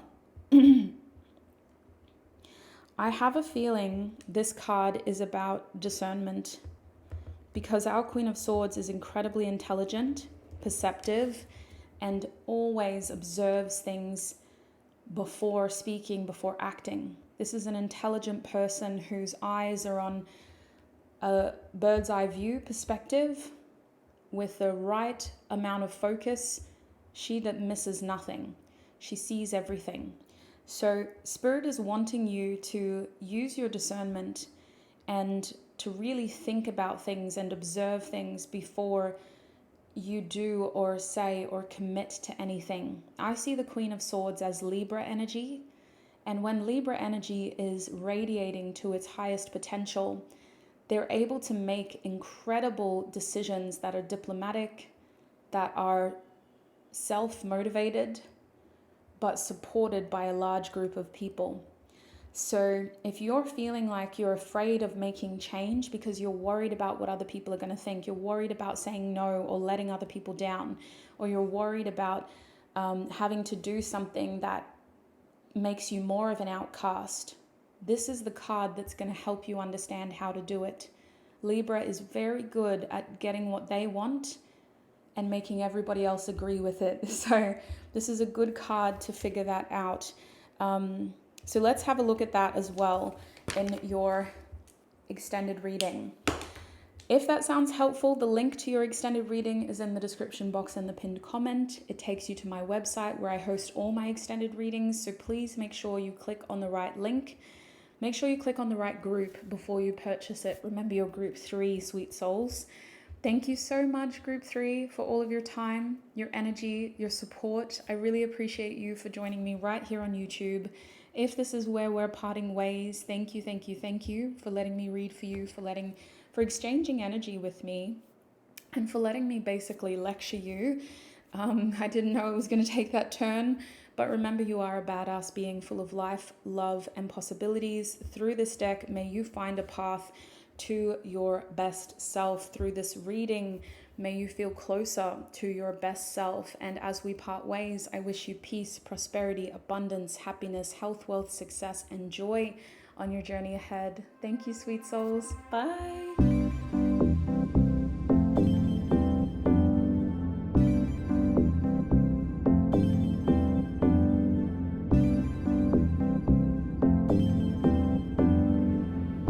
Group 4, and welcome to your reading. If you recognize the King of Swords card, then you're in the right place.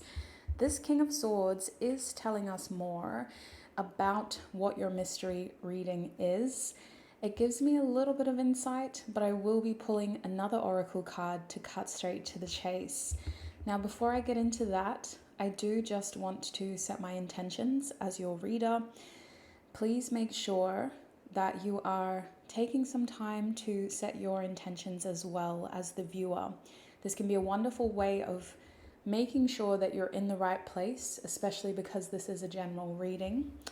I also encourage you to look out for signs of confirmation. So consider a sign that can help confirm this reading is yours. I'm using a lot of different decks that have different animals, different colors, different star signs, different numbers.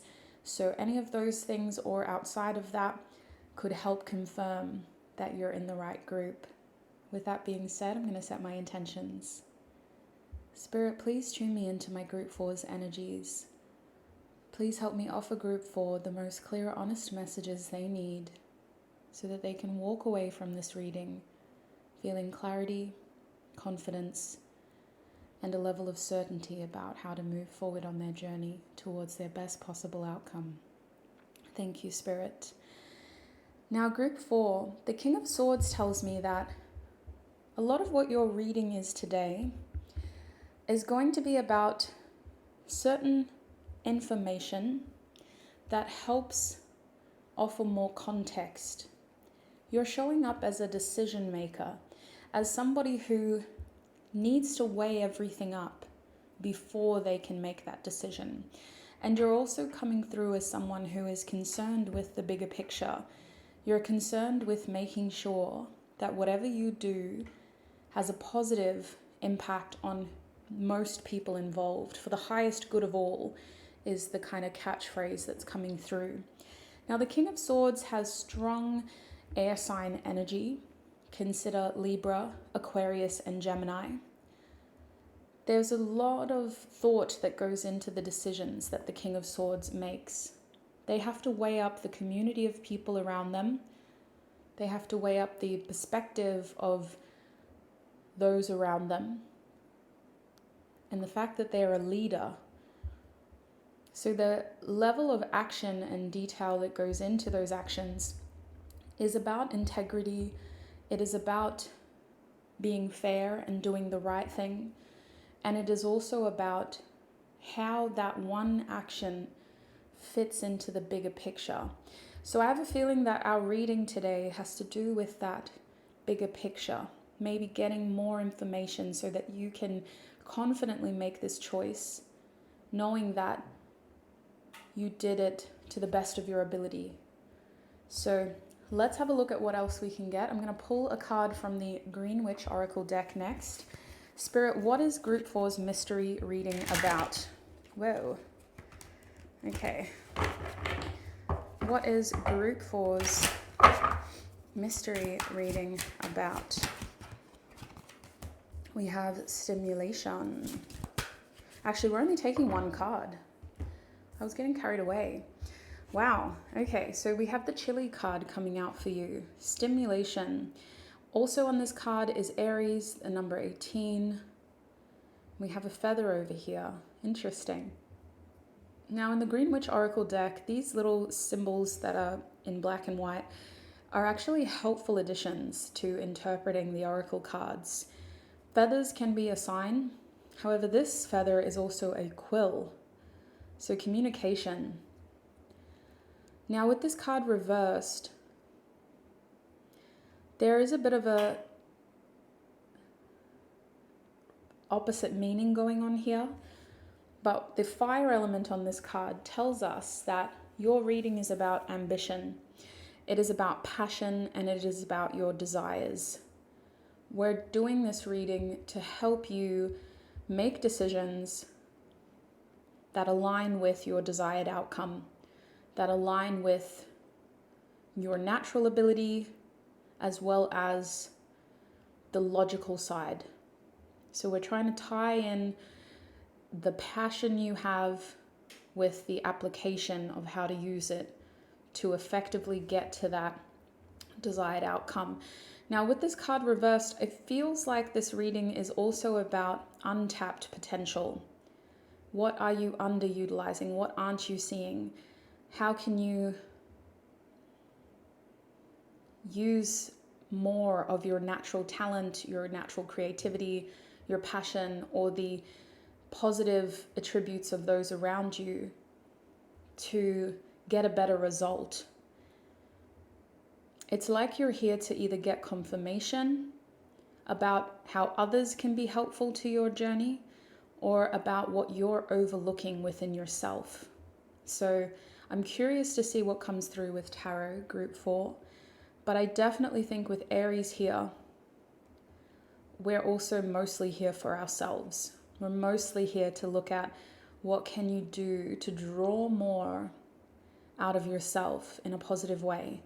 Now, with the 18 here, I'm really excited to get into your reading because I can tell that you have big energy. You're somebody who is going to use this information to make changes almost immediately. And this information is going to be really good at helping you, at the very least, feel confident enough to follow through with plans you've already made with this 8 here. But I think the outcome of this reading is that you're going to be able to take all of that and really point it into an obvious direction with the 1 and Aries. So let's get some tarot out now. Spirit, when looking at Group 4's untapped potential in this desired outcome, what is Group 4 not seeing? What is Group 4 not seeing? We have the Wheel of Fortune, the 10 of Swords, and we're going to take this card. We have the Knight of Cups reversed. Okay, so your desired outcome, what is it actually? What is your desired outcome? 5 of Cups reversed and the Strength card.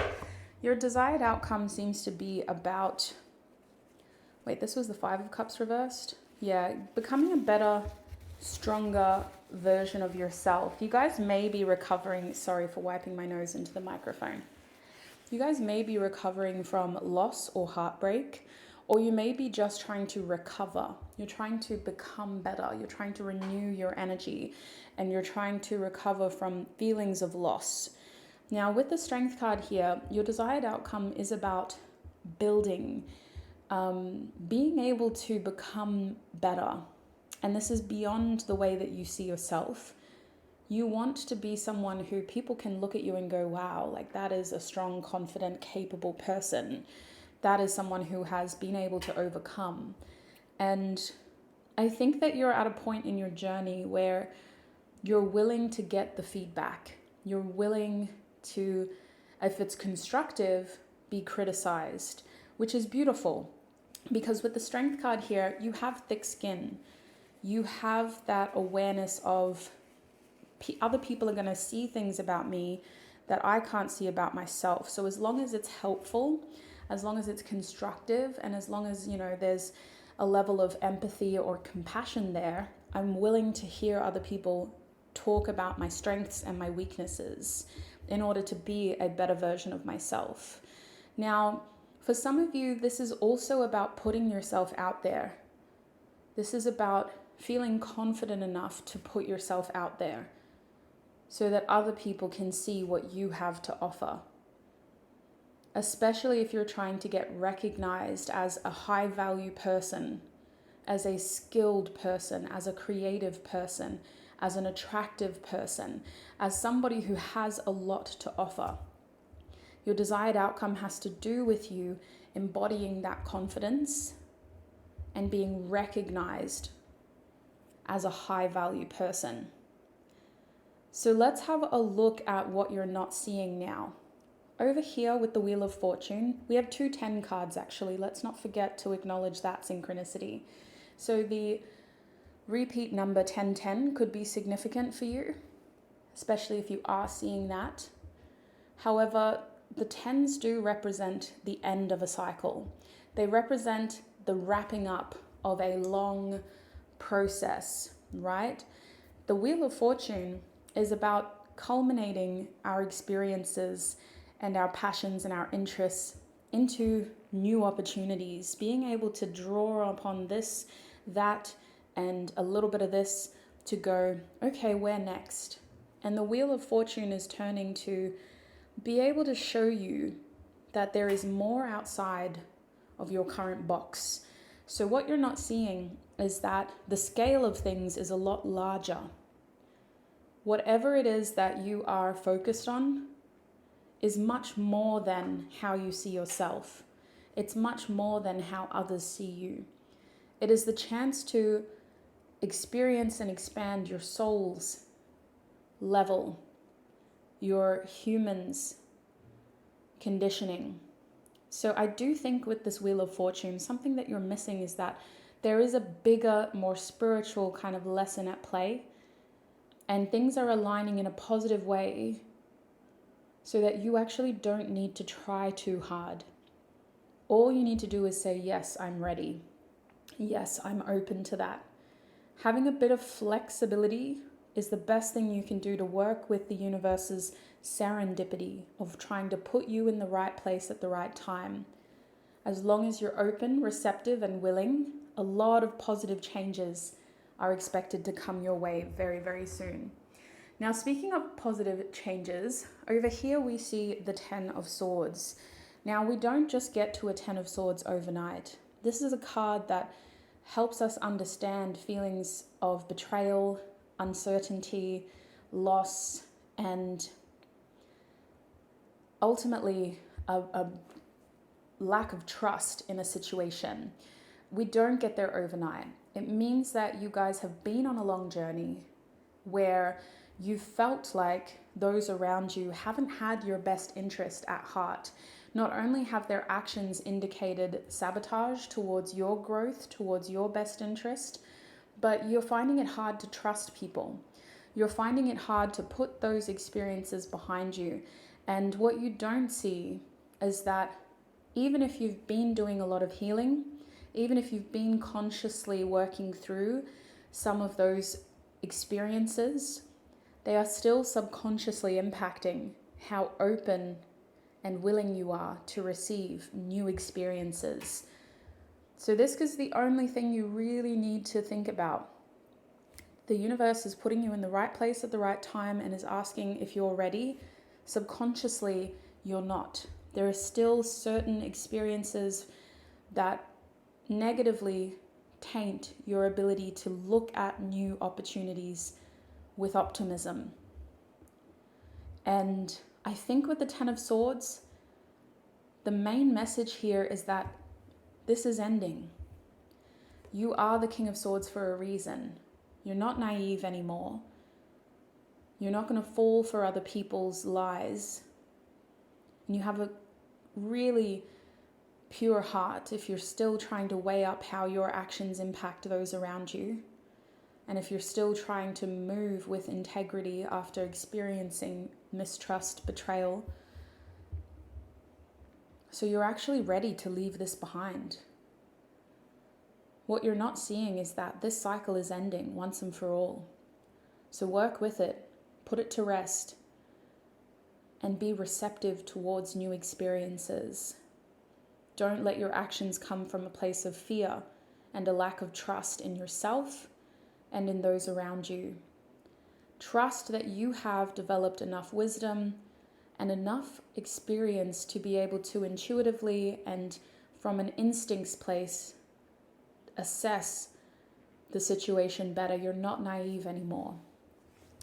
And then with our Knight of Cups, group 4, what you're not seeing here is that overall, this is a situation that is more dependent upon the intentions of others, as well as your intentions towards others.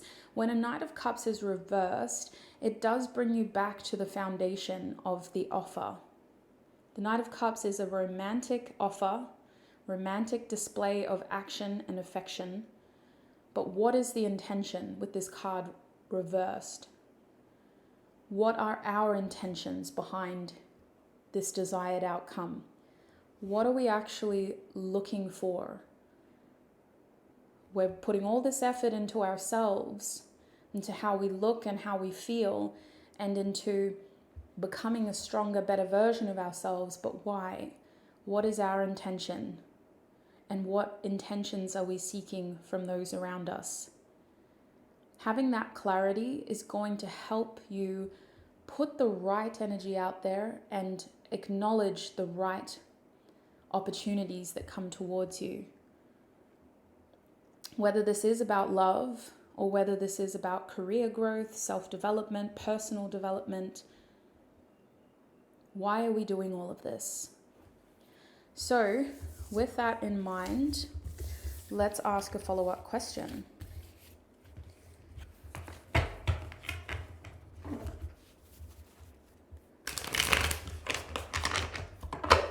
How are those around my viewer impacting the best possible outcome?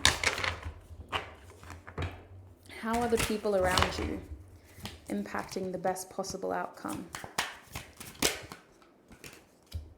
We have the Emperor reversed. We have the Five of Wands reversed. And we have the Nine of Cups. Let's look at the back of the deck. The energy at the back of the deck is the Eight of Swords reversed. The thing is, I think you're in a very good position. You're not putting too much weight towards other people's opinions of your situation. However, you have some pretty helpful people around you that are good at empowering you with the Eight of Swords, building you up and helping you get out of your head by either validating certain fears and concerns or by validating the solutions and the ideas that you have. You've got the right people in your corner who are boosting your self-esteem enough to help you feel more confident in what you don't know, more capable of tackling the unknown. Now, when we look at your other tarot cards, with the Emperor reversed, you do have people who may come across as very dominant. You interact with them, and when it comes to your desired outcome, either they're trying to take over your vision, or even with good intentions, they're suggesting things that don't align with the way you want to do it. It's like too many leaders, not enough followers. So you do need to be careful about certain people coming through as very dominant and turning this into something for them, taking away the level of accountability that you have, as well as the role of importance that you hold in this journey. It seems like it's really important that you find the right people to work with or to collaborate with, especially if you're seeking a partner. Not everybody's going to be able to fill those shoes. You need someone who's not too proud to admit when they're wrong, who isn't afraid of accepting accountability, and who is ready to be in control in the right ways.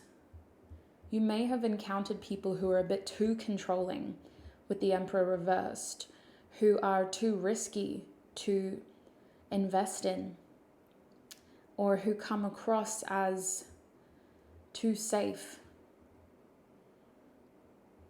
because they're discouraging you, or they're just not matching your ambition, your vision. Now, outside of those people, with the Five of Wands here, this is either a situation that garners a lot of attention, or a lot of people have opinions about what you should do and what you shouldn't do. The Five of Wands reverse says, ultimately, you have a beautiful, clear, level head.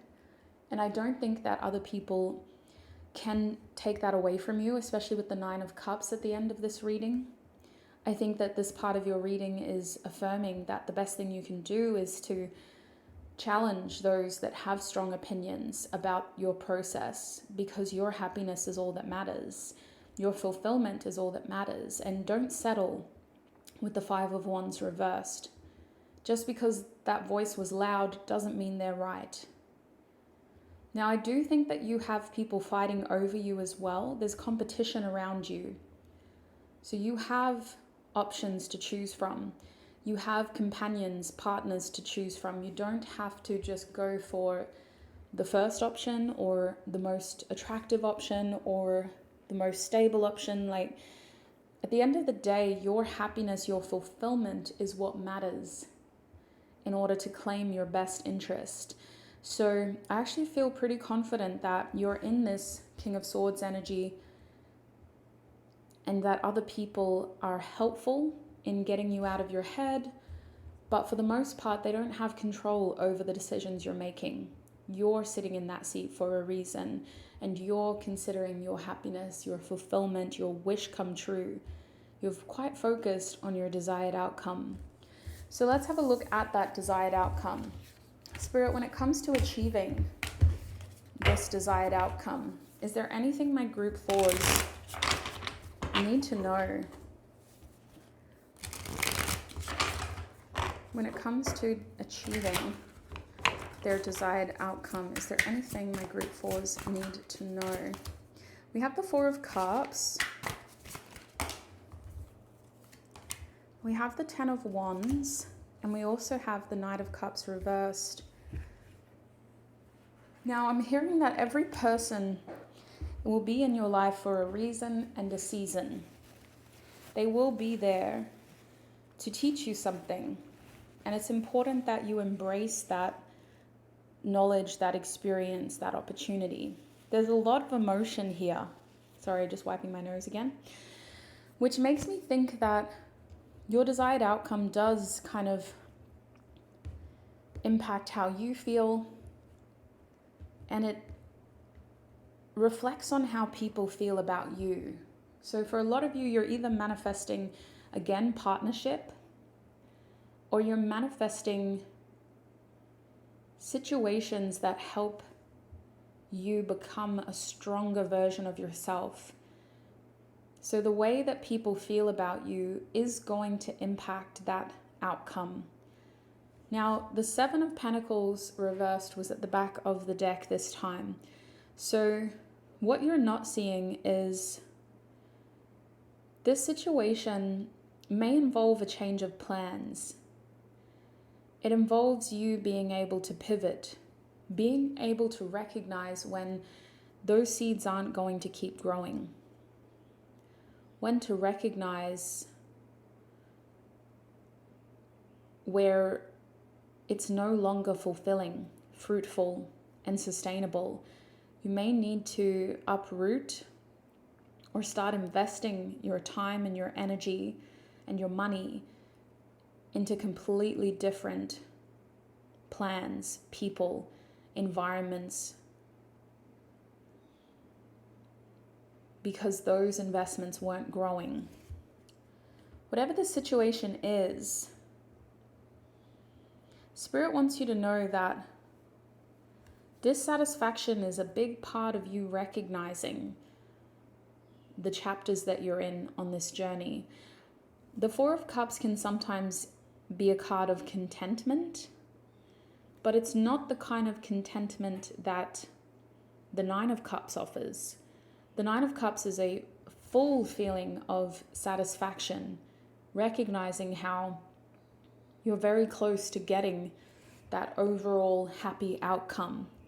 The Four of Cups is a temporary feeling of contentment that quickly leads to boredom because we think we don't have enough. Now, if you're not feeling consistently joyful and satisfied, you may have settled too quickly. If this is a situation of development and becoming a better, stronger, more improved version of yourself that is recovered and no longer experiencing loss, then you need to be open to continual growth. You can't just settle for the first glimpse of stability with the Four of Cups here. And if an opportunity to change presents itself, you have to be willing to identify it and assess it, which is, I think, where you're at now with this King of Swords. Someone's holding up a cup and going, hey, would you think about this? So Spirit is encouraging you to discern opportunities and to keep looking for the opportunities that inspire growth, that inspire movement towards that Nine of Cups that we saw. Now, overall, I think that there could be uncertainty about the Five of Cups that limits your ability to say yes. You may be afraid of losing again. You may be afraid of rejection, or you may be afraid of leaving your comfort zone and suffering a loss with that Five of Cups coming after the Four of Cups. Now, while that is always a possibility, you have to rely upon the fact that you are intelligent, you are wise, you are experienced. The card that comes after the Five is the Six. And if you've already been through the Five, you can tell when someone's offering you less than what you deserve. You can tell when something is not quite what it appears to be. And so getting an extra or going outside of your comfort zone doesn't always lead to loss. It can lead to more harmony, more satisfaction, more options. You have the potential to bypass the Five and go to the Six of Cups, or bypass the Five and the Six and go straight to the Seven of Cups from the Four of Cups. But don't settle, is what this card is saying. And if it doesn't feel like it's continually inspiring joy and growth, then you need to push yourself outside of your comfort zone because you've settled a bit too early. Now, with the Ten of Wands here, you do need to consider that you are one person and you need to be careful about baggage, your own baggage and other people's baggage. This is a situation that relies upon how other people feel about you, and if you're considering collaborating or joining other people in partnership or in a workplace or in a community structure, you are working on what you bring to the table and you want to be recognized as a high value person. That is your desired outcome. But you also have to consider other people. And with the Ten of Wands here, this responsibility is not something to take lightly. You have to be patient with that vetting process. Not everybody is going to bring the right kind of experience. Some of them are just going to bring more responsibility for you, more burdens, more baggage. So a big part of success in this situation and a big part of you achieving your desired outcome is about quality. It's not about how quickly you can do it. It's not about making it happen as fast as possible. It's about the quality of energy you're inviting into your life, the quality of the attention you're getting, the quality of the responsibilities you're taking. You shouldn't just be signing up for everything and making yourself available to everyone or giving everybody a chance. That's going to burn you out. That's a lot of energetic exchange, and that is a lot of responsibility to carry. Now with the Knight of Cups here, reversed, again, intention. Not everybody is going to have the right intentions. You need to consider that, and you need to find ways to vet that so that you can nip it in the bud, identifying why people have come towards you. And if you go through a dry patch where you're feeling like you're just not getting much interaction, especially if you're putting yourself out there, right? If you feel like people aren't really receiving you or interacting with you or acknowledging you, see it as a blessing, not a curse. There's nothing wrong with you, especially if your intentions are clear. Quality over quantity. The right people with the right intentions are going to find you. And you have to make sure you keep your intentions solid, because that's the only thing that's going to really limit the best possible outcome in this situation, is if your intentions start to become shaky, then that is what you will attract. So it's a bit of a quick one. Where are we at in terms of timing? I can't really see.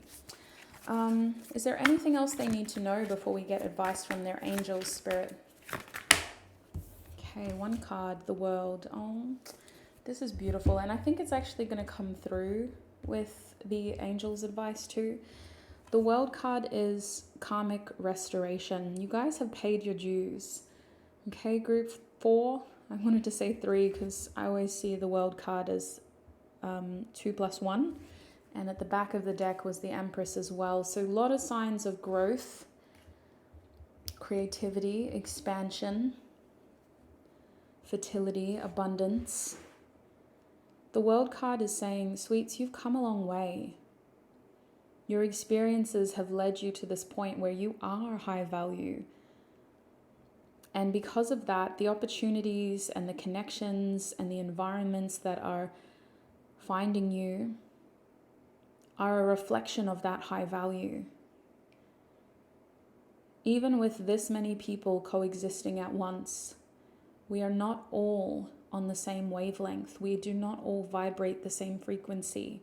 And so finding people to join us on our journey at any given point in time is always going to be a struggle, depending on what frequency we're operating on. And you guys are high frequency, high vibration. You've come a long way for the World card to come out as your closing card. There's literally no advice that we can tell you except to reflect on how far you've come and to be proud of the experiences you've been through because of how you've handled them, because of what you've learned from them. You are reflecting an experienced soul who has gained awareness of self through the learnings, the lessons, and the achievements. And this is usually a card that indicates success doesn't always find you straight away. Even if you had a lucky break, even if that wheel of fortune was working in your favor, putting you in the right place at the right time, it is your reaction, your awareness that helped turn that into something. And so you're at a point in your chapter where you should be proud. You should be holding your head high and your shoulders back. You should be feeling confident.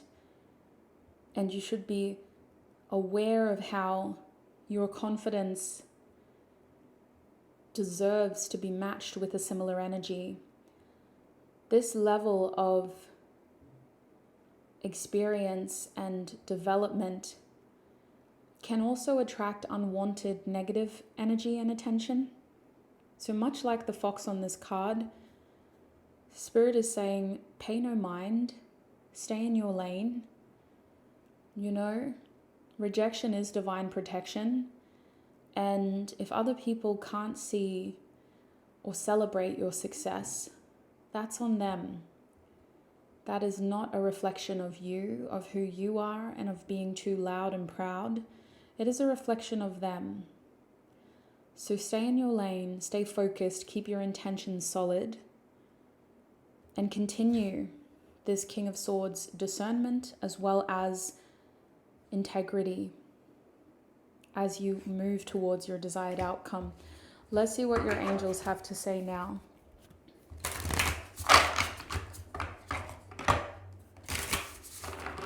Spirit, what do Group 4's angels have to say about this? What do Group 4's angels have to say about this situation? What do they want to say to my Group 4's? Okay. Oh, wisdom. I've been gassing you up, calling you wise and experienced, and your angels are like, you're always a student. You're always a student.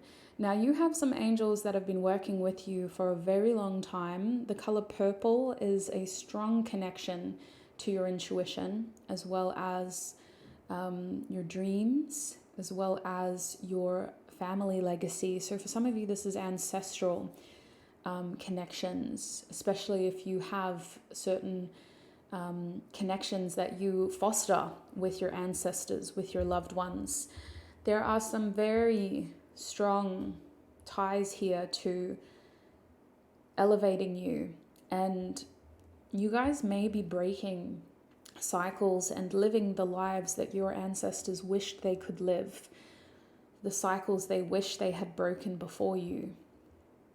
There's indication here of promoting evolution in your lifetime and promoting success in ways that they weren't able to achieve. Now, when it comes to your angels, though, not your ancestors, but your angels, they are trying to foster a strong connection to your intuition, as well as a strong connection to trusting what you don't already know. Because this card talks about what you do know. It talks about wisdom. Wisdom is the knowledge gained through experience. Your angels are encouraging you, as wise as you are, as clever as you are, you still need to trust what you don't know. And it's this trust that is going to help you take the right leaps, that is going to help you accept the right opportunities, and that is going to help continue to put you in the right place at the right time. Trust in the unknown, trust that you are protected, and trust that you have a supportive team of angels, ancestors, and loved ones who are guiding you, helping you. They have reason to want to help you, to want you to be successful. What you're doing is inspiring. What you're doing is helping the next generation, whether you choose to have kids or not. And it is emitting so much positive depth that it is beneficial for everyone who cross paths with you. So you are a student. Use your experience to trust yourself, and then trust your angels with what you don't know. They've got your back. They're protecting you, they're guiding you, they're supporting you. So that's what I see for you, sweet souls. I'm going to take this into the extended reading now. In order to look at your extended, I'm going to pull more cards. This was a mystery reason for a reason. Reading for a reason. Even the extended is a mystery. Each group's extended is different, depending on what the cards say. So, Spirit, what does Group 4 need to know in the extended readings? Those who are able to join me In the extended, what do they need to know? Ooh, Ace of Pentacles reversed. Interesting. Wow, Ten of Swords again. And the Ace of Swords reversed. Okay, more information. That's what we're doing in the extended readings.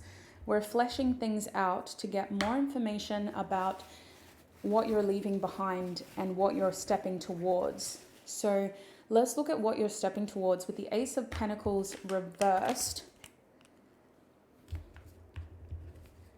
What high value, sorry, I'm just writing down, that's why I'm talking really slowly. What high value opportunities are coming your way? Because you're a high value person and you're attracting high value opportunities, plural. So what high value opportunities are coming your way? And yeah, I'm also feeling like you need to reject something. That's not going to be applicable for all of you. But what do you need to reject in order to stay available for those high value opportunities? Okay, so that was the Ace of Pentacles. And then for the Ten of Swords, we're going to have a look at closure. There's still things from your past that you need closure on. And I think with the Ten of Swords, we have to have a look at subconscious blockages. And then we also have to have a look at closure of actions against you. We need to really wrap up any ties towards feelings of betrayal or mistrust by getting a better understanding of why that happened and of making sure that it's not stopping you from embracing new experiences. So I'm going to do that with the Ten of Swords. We're going to make sure once and for all, we're taking those swords out of our back. We're not carrying that baggage with us. We're not letting it stop us from embracing positive new experiences. Now with the Ace of Swords, reverse no less, this card is really about an idea that's been swirling around your head for some time that you haven't acted upon yet. So what idea needs immediate action, right? Immediate action. This has come up to say you have information. No matter what I tell you, no matter what anyone else tells you, it's not going to change anything. The only thing that's going to allow growth at this point is action. So what idea needs immediate action? What is that action? Now, that is your extended reading.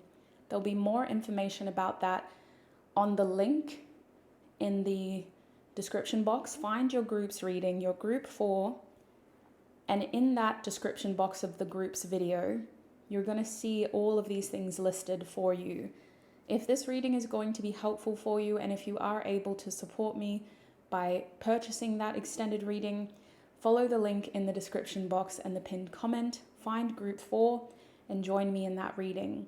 If this is where we're parting ways, I thank you so much for letting me be a part of your journey. Thank you for letting me read for you. Thank you for all of your support, group 4.